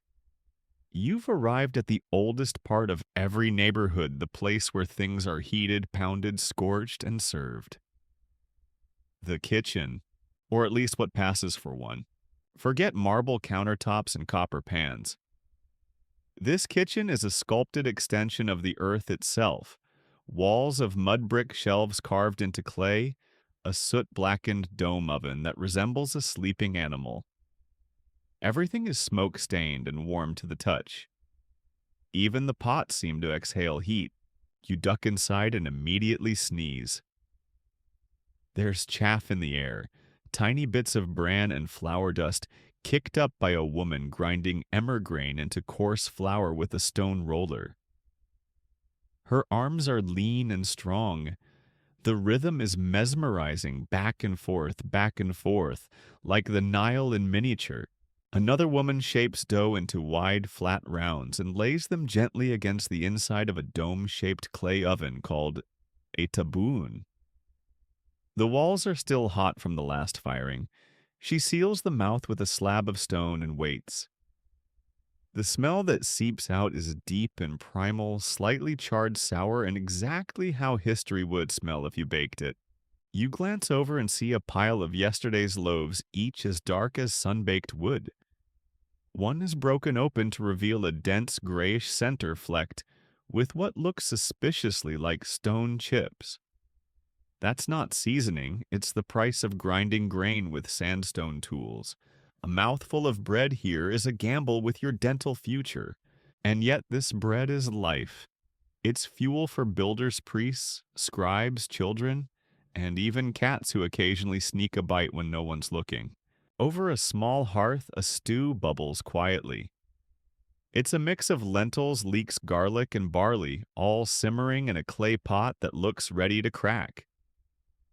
The fire beneath it is fed with dried reeds, dung, and the occasional palm frond. Not elegant, just effective. You crouch beside the cook who stirs with a stick worn smooth from years of use. She hands you a chipped bowl. You taste the stew and feel time thicken on your tongue, earthy, smoky, gently sour. It's not delicious by modern standards, but it's undeniably right. Satisfying, built from labor and silence. Labor.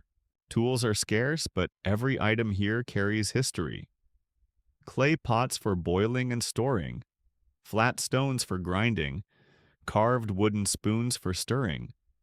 A bronze knife used mostly for cutting herbs and sometimes scraping burned bread off the inside of the oven.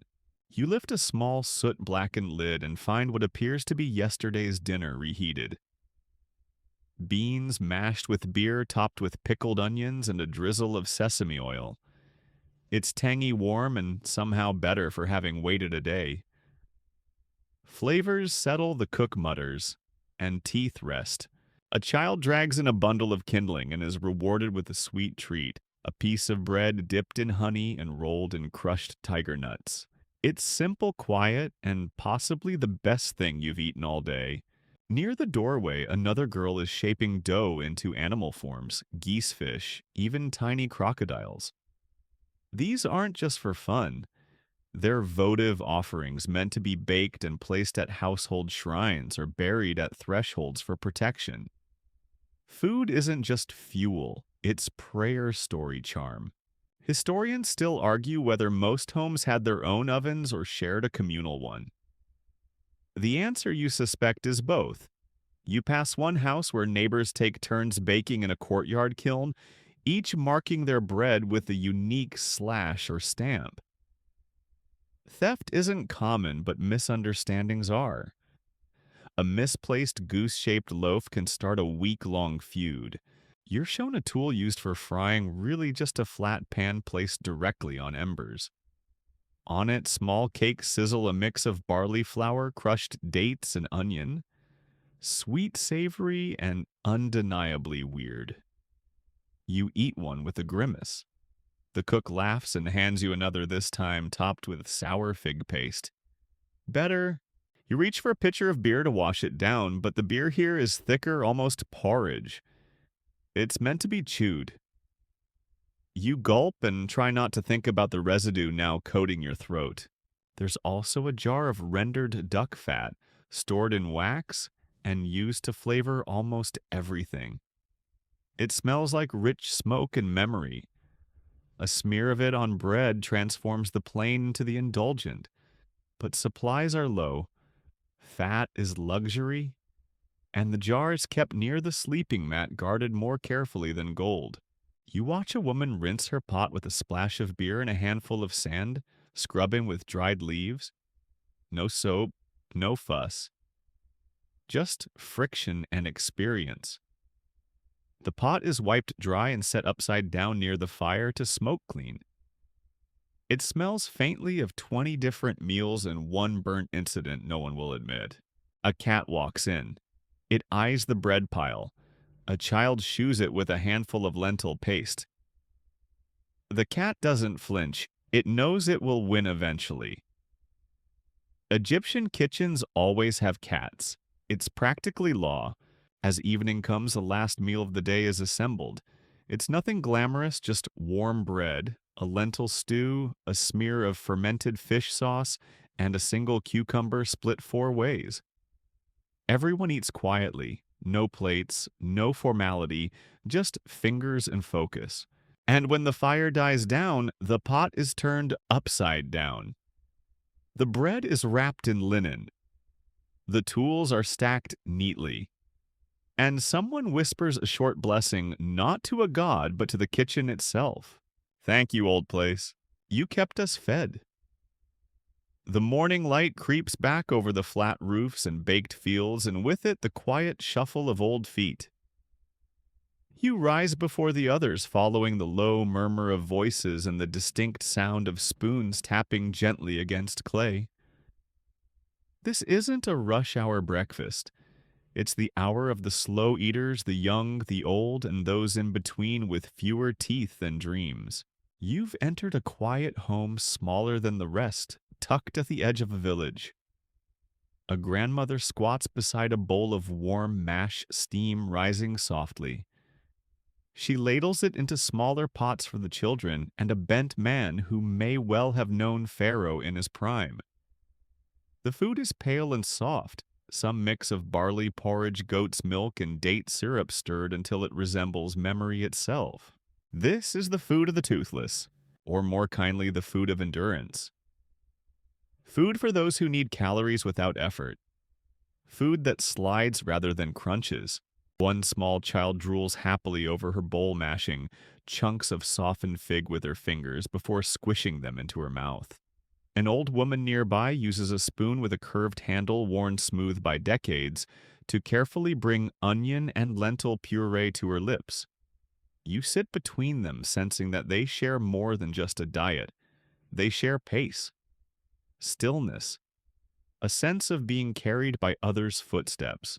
Ancient Egypt had no baby food aisles, no protein bars for the elderly, but it had soft things, mashes of barley and beer, soups made from long-boiled gourds and beans, stewed fruit, goat's milk warmed and strained.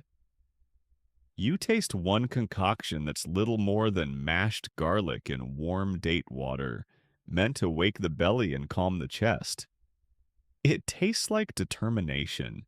Children are fed by hand, one cautious mouthful at a time. Their mothers sing low songs as they go. Not about food, but about animals, rivers, and stars.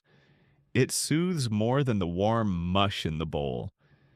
It's not a feast, but it's the most important meal of someone's life. You help stir a pot of what looks like fermented millet with milk. It's slightly sour, thickened by time and sun.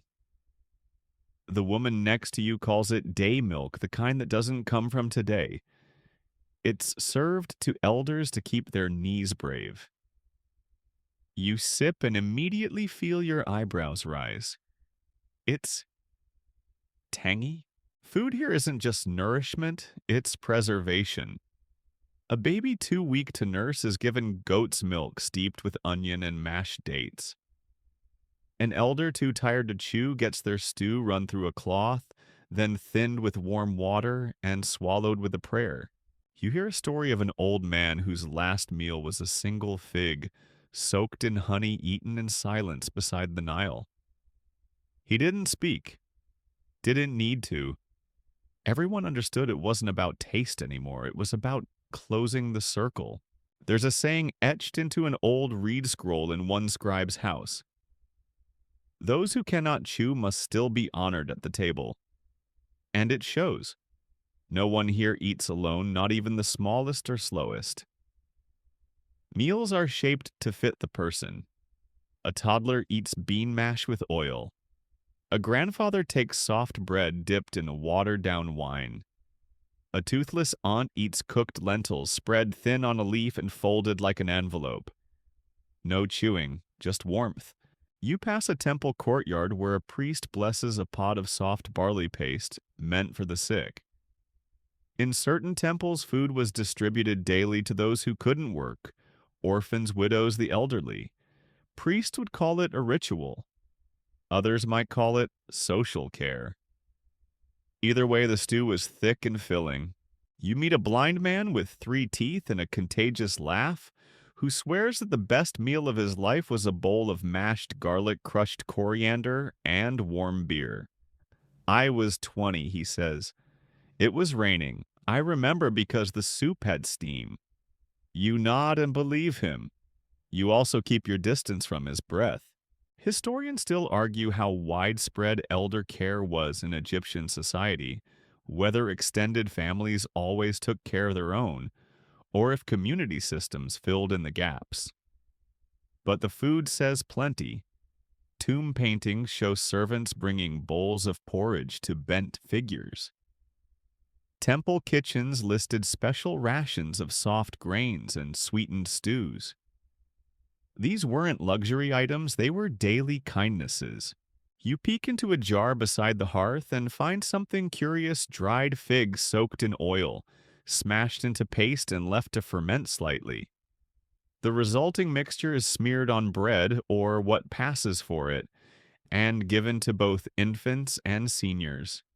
It's sweet, smooth, and a little fizzy. Someone nearby calls it fig wine for the toothless. You nod. It works. Even the beer changes here.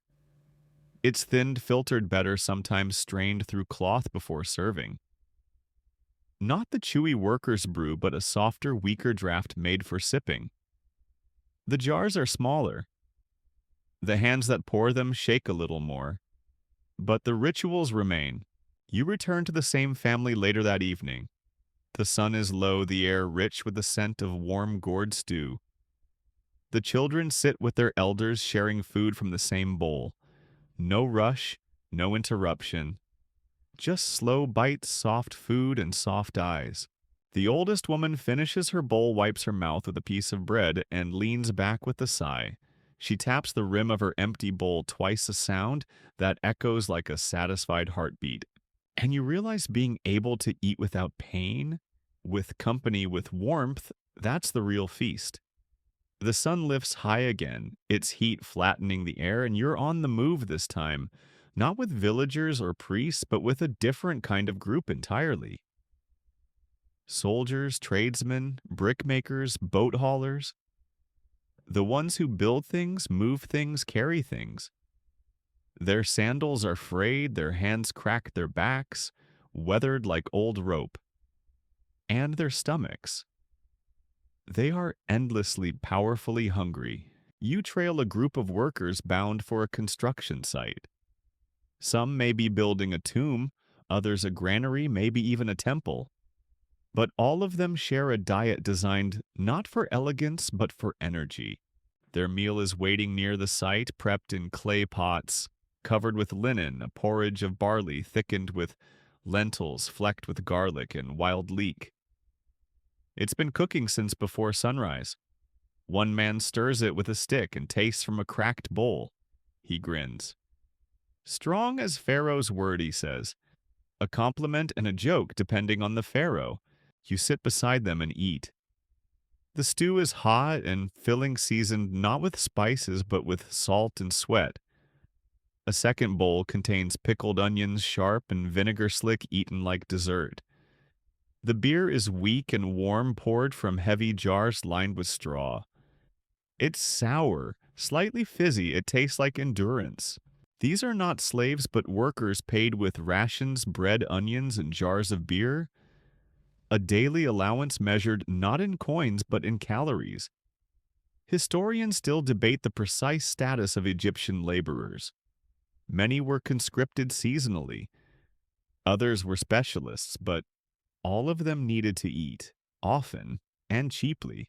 Bread forms the bulk of every meal. Not the thick loaves of the rich, but flatter, coarser rounds cooked in batches. Some are stuffed with mashed beans or leftover stew. Others are just plain hard and travel stable. One man stores his loaf in a woven pouch tied to his hip. It's cracked, blackened, and probably 2 days old, but it breaks apart nicely when soaked in beer. There's garlic always, and onions. These are the staples of the laborer's life. You see workers eat them raw like apples or roasted directly on hot stones. You watch a man crush garlic with the flat of his hand and smear it onto barley bread. For strength, he says. And for the smell, too, apparently. Half the crew is fragrant enough to repel crocodiles. You notice other portable foods as well. Sun-dried fish tied in twine bundles, balls of barley mixed with date paste, and little cones of hardened fig jam. These get passed around on breaks, chewed slowly with the same reverence you might reserve for fine chocolate. One man guards a small crock of sesame paste like it's made of gold. He eats a single spoonful, then closes it with care. The crew doesn't eat in silence. Jokes fly. So do insults. Someone insists that his wife's lentils are so bad they once made the cat leave the house. Another brags that his cousin is the palace cook's assistant. He knows what goose tastes like, he claims. The others nod, half envious, half disbelieving. A young apprentice shows you his luxury ration extra onions and a fig earned for hauling extra limestone. You ask if it's worth it. He grins through a mouthful of fig and nods. You follow a team of boatmen down to the riverbank where cargo is being loaded. Their food sits in reed baskets, more bread, more onions, dried tiger nuts, a few chunks of fermented fish wrapped in palm leaves. It smells assertive. A boat leader hands you a bite. It tastes like old socks soaked in brine and garlic. You smile anyway. There's no refrigeration, no ice. So preservation is key. Fish are salted, beans are dried, stews are cooked long, sealed in jars. Bread is baked hard to last days. Nothing is wasted. Every crumb has a purpose. A tired man finishes his stew, then scrapes the inside of the pot with a sliver of bread. Not a drop left behind. You overhear a man listing the food he'll ask for at his funeral. Bread with sesame beer, with foam lentils, with cumin if they can find it. Another adds, and garlic. Lots of garlic, in case the afterlife smells like this one. Even soldiers share this humble fare. On the march, they carry dried barley paste, sun-cured meat, and beer in leather flasks. At camp, they roast onions on spears and eat while sharpening blades. One captain claims he can tell a recruit's loyalty by the way he eats lentils. Fast means honest, slow means thief. You pause beside a tent where an injured worker lies under linen. His food is different, a thin barley broth with mashed garlic and honey. Easier to swallow, easier to digest.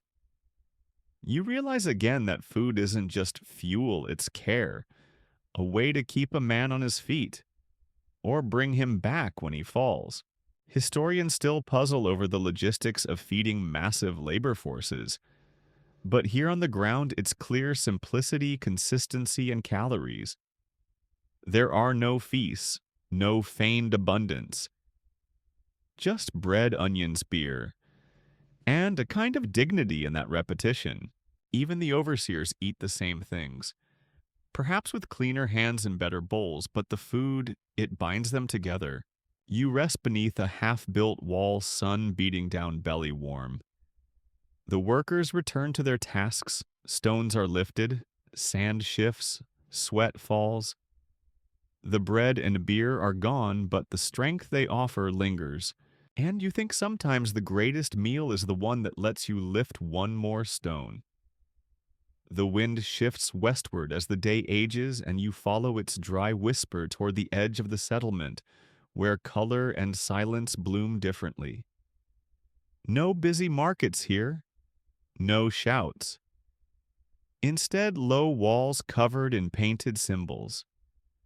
Sacred geometry, gold leaf inscriptions. You've come to the temple where food doesn't just nourish the body but feeds the divine. Here meals aren't called meals, they're offerings. You step beneath a carved lintel into the cool shade of a columned hall. The air is thick with myrrh incense and something else, something savory. Not from a cookpot, but from the trays laid out before towering statues. You're not meant to touch them, of course. But you're allowed to look. And you do. Loaves of bread arranged in patterns, round, folded twisted into the symbols of gods. Geese roasted whole wings tucked carefully beneath them. Bowls of grapes, lotus seeds, cucumbers, sliced into crescents, onions stacked like tiny pyramids. It's a visual feast frozen in holy stillness. The smell is real, but the food, you're told, it will never be eaten by mortal mouths. Or so they say. A priest glides past in crisp linen, his voice low, as he chants a list of names and ingredients: bread of Magat, beer of Heliopolis, goose of everlasting strength, fig of Ra. He sprinkles water over the table, not to cook anything, but to wake the food, to activate its spiritual essence. This meal is not about taste, it's about connection. In temples across Egypt, such offerings called hetep happen daily, sometimes multiple times a day. The gods must be fed, not because they're hungry, but because feeding them keeps the world in balance. At the cosmic order must be sustained. And what better way than with bread and beer? You watch two acolytes carry in fresh jugs of wine, one from Thebes, another marked with a city you can't pronounce. Regional differences matter even to gods, apparently. The jugs are laid beside papyrus-wrapped fish, their silver scales still gleaming through the reeds. At the heart of the temple is a tiny sanctuary, dark, silent, sacred. Here the statue of the god stands veiled behind incense. The offerings will be brought in, announced, and presented, then removed. Ritual complete. But what happens next, historians still argue. Some say the offerings are distributed to temple staff. Others claim they're stored, sometimes even resold. A few whisper that the best pieces go to the priest's private tables. Whatever the truth, one thing is, certain divine leftovers don't stay divine for long. You walk now into the temple kitchens. Not quite as smoky as the village ones, but cleaner, more orderly. Large bread molds sit stacked in rows. Clay ovens, square and squat, glow faintly with residual heat. Priests oversee the baking like generals. Each loaf is marked with a symbol, a falcon, a lotus, an ankh. Not decoration designation. One priest shows you a tray of lotus root cakes, shaped like spirals and studded with dried figs. For Hathor, he says, she likes sweetness. Another tray contains fish balls kneaded with coriander and lemony herbs. For Sobek, he adds, he doesn't mind the irony. You pass a row of jars filled with honey clear gold thick. One priest dips his finger and licks it. We make this with temple bees, he says proudly. They know their duty. There are trays of lentils, stewed gourds, mashed dates, roasted doves wrapped in grape leaves. Some of this food is painted in tombs, some described in scrolls, some never recorded at all, only passed from one temple cook to another in whispered ritual. And then there's the incense food, recipes made not to eat but to burn, cakes of flour, resin, and spices molded into pyramids and set alight before morning prayers. You watch one smolder, slowly releasing a scent like cinnamon soaked in smoke. That's Ra's breakfast, someone says. You nod, trying not to cough. Trying. Outside the temple garden supplies many ingredients: figs, onions, lettuce, cucumbers. Even fish from sacred ponds, though those are usually spared the knife. Still, during festivals, certain exceptions are made. One tale claims that during the Apet festival, even the gods accepted borrowed geese for the feast. Returned spiritually, eaten physically. You peek into a storeroom lined with tall jars. Grain, wine, dried herbs. One jug bears a painted symbol of the Eye of Horus protection for sacred beer. Another holds salted fish for Osiris's rites. Everything is labeled. Everything is counted. Divine hunger is tracked with a scribe's precision. Back outside, a procession is forming.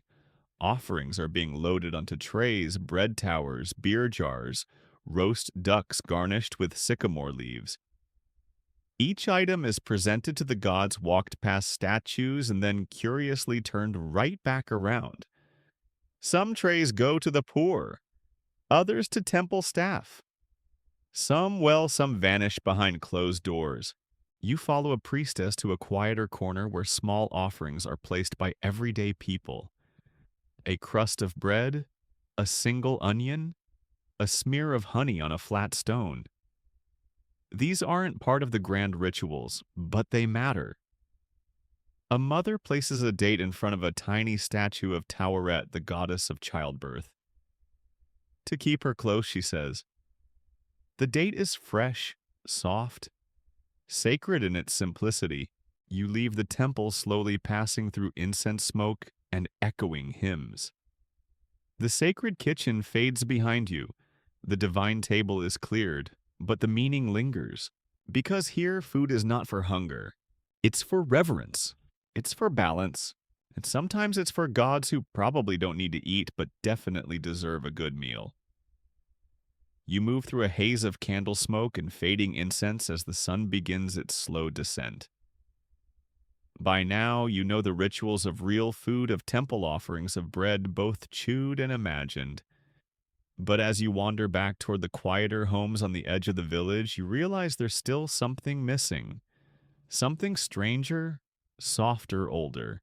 The superstitions. Because in Egypt, food doesn't just feed. It warns, it whispers, it predicts. You sit by a hearth where an old woman roasts coriander seeds in a shallow clay pan. She hums to herself, then suddenly tosses 3 seeds into the fire. Cracked open, she mutters. A visitor tomorrow. Closed tight, stay home. You don't ask for clarification, you just nod. Egyptians, it turns out, didn't just eat their meals, they read them. An uneven loaf of bread could mean an argument on the horizon. A split fig at the market, betrayal by a friend. Bread burned only on one side. Someone in the household has been telling lies. Lentils that boil over without being stirred.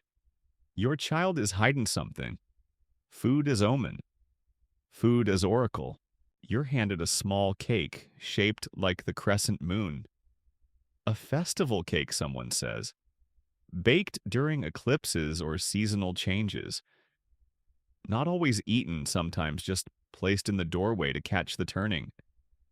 If it cracks, a change is coming.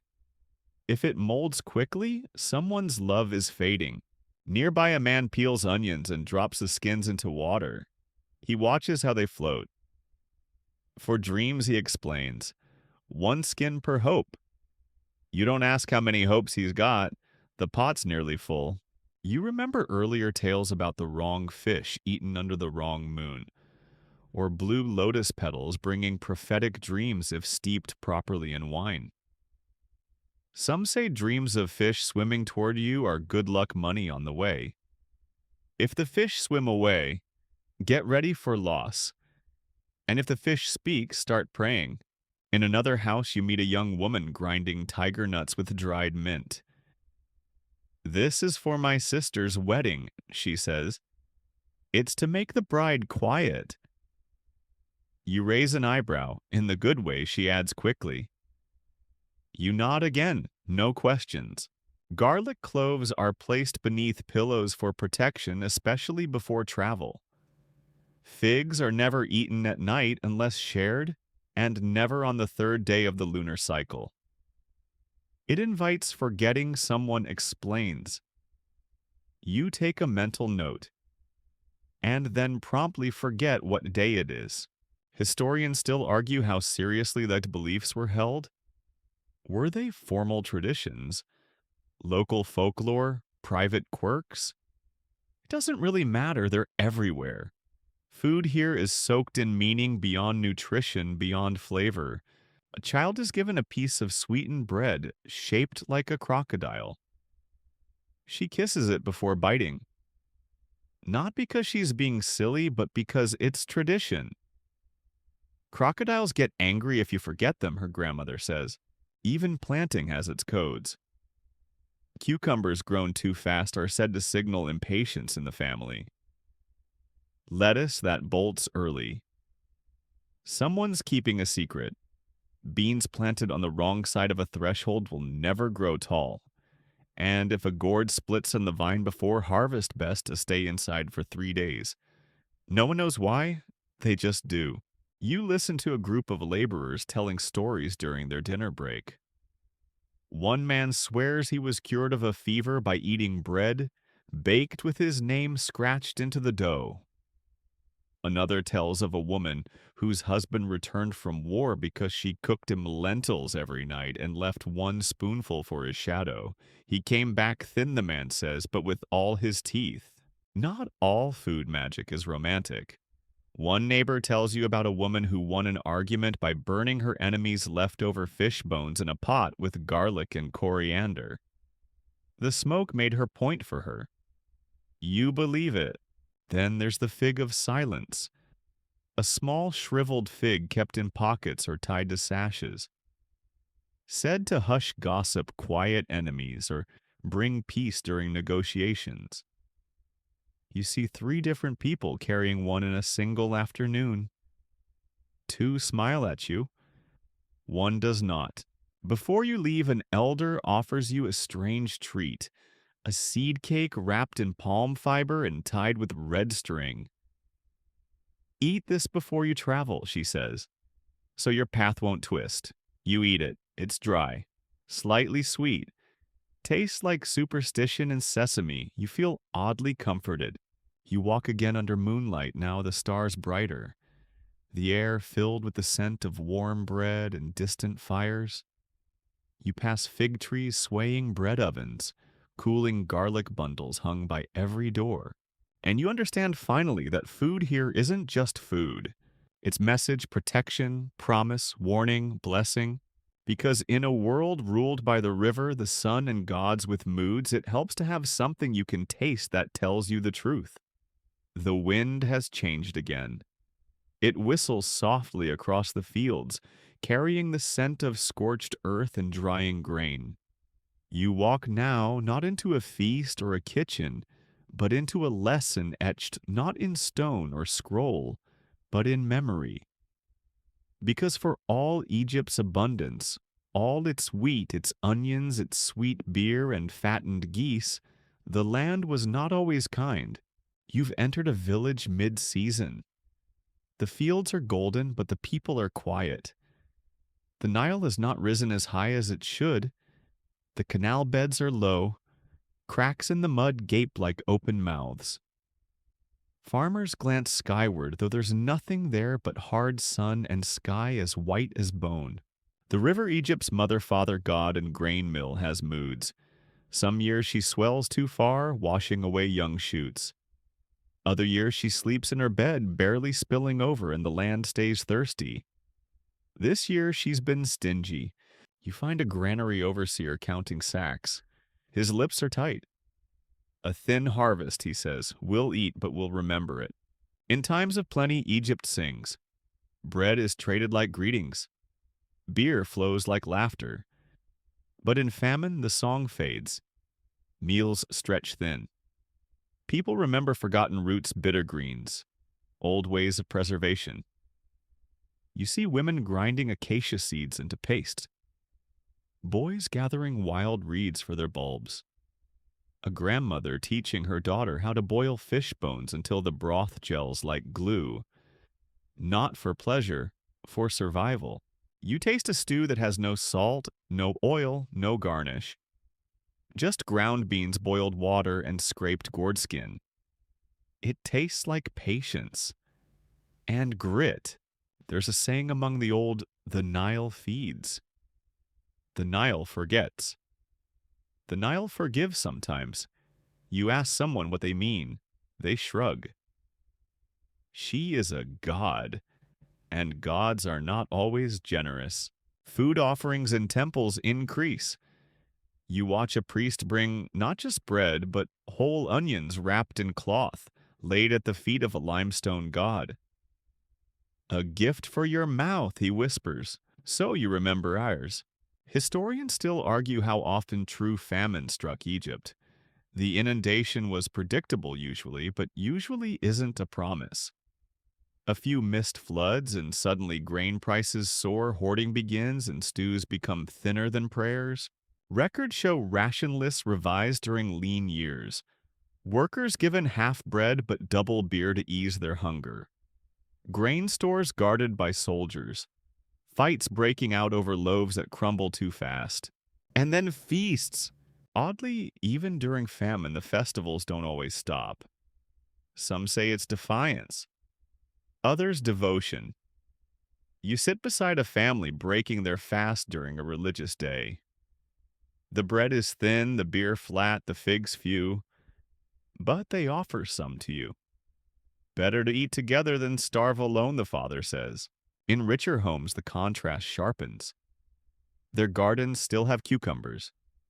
Their tables still shine. But even they notice the markets are quieter. The fish smaller, the onions more expensive. You overhear a noblewoman argue with their cook. No more garlic, then add more honey. No one should know we are poor. A neighbor mutters that it's not famine yet, just the whisper of one. You hear that phrase again and again. The whisper. The word for hunger before it howls. And then the floods return. A new season. Water creeps back into the furrows. The ground drinks. The children wade ankle deep in muddy joy. The granaries begin to refill one basket at a time. The meals thicken again. Stew gains its color. Bread regains its softness. Dates appear on platters once more. A man pulls a fish from the canal and shouts like he's caught a god. His wife fries it with garlic and herbs, and they eat it with hands too tired to complain. A priest writes a hymn of thanks in a papyrus scroll. It doesn't mention feasts, it thanks the Nile for not abandoning them. You sit beneath a fig tree now heavy with fruit. A girl offers you one. You bite into it soft, rich, sun-fed. She giggles. It tastes like a secret. You agree. A secret told only to those who waded through hunger. Later that evening at the village edge, a boy digs up an old stone. Underneath it is a cloth pouch, 3 barley cakes dried and hard, an emergency stash. He lifts them up, then sets them back. We'll leave them, he says. For next time, because there will be a next time. Egypt always remembers, but for now the pots are full again. The garlic is strong. The beer flows slightly too sour but comforting. You walk along the river where frogs sing and nets sway. The famine is past, the feast returns, and every bite, every crumb, every spoonful carries the echo of both. The stars are high again, the desert air cool and whispering, and you walk slowly now, not toward a new meal, not toward a marketplace or shrine, but toward something quieter. A memory of taste, a reverence for flavor, a table set not just for nourishment, but for time itself. Because now, after wandering through kitchens and temples, gardens, and famine, you sit with the ancient Egyptians at their most timeless table, the one where past and present overlap in the warmth of bread, the tang of beer, the quiet joy of figs. You close your eyes, and suddenly you're tasting it all at once. You taste the bread, coarse, dark, alive with fermentation baked in clay and memory. The kind of bread that wears the grindstone in its crust and carries the smell of smoke in its heart. You bite and chew and feel the crunch of emmer grain between your teeth like distant thunder. It's not perfect, but it's honest. It's everywhere, and it lingers. Then the beer, cloudy thick, poured from a jug still warm from the sun. It fizzes faintly on your tongue, sour and grainy, more meal than drink. You taste the barley, the date, the clay lip of the cup. It hums in your chest. It fills the places that famine hollowed out. And it forgives. You taste garlic, strong and wild.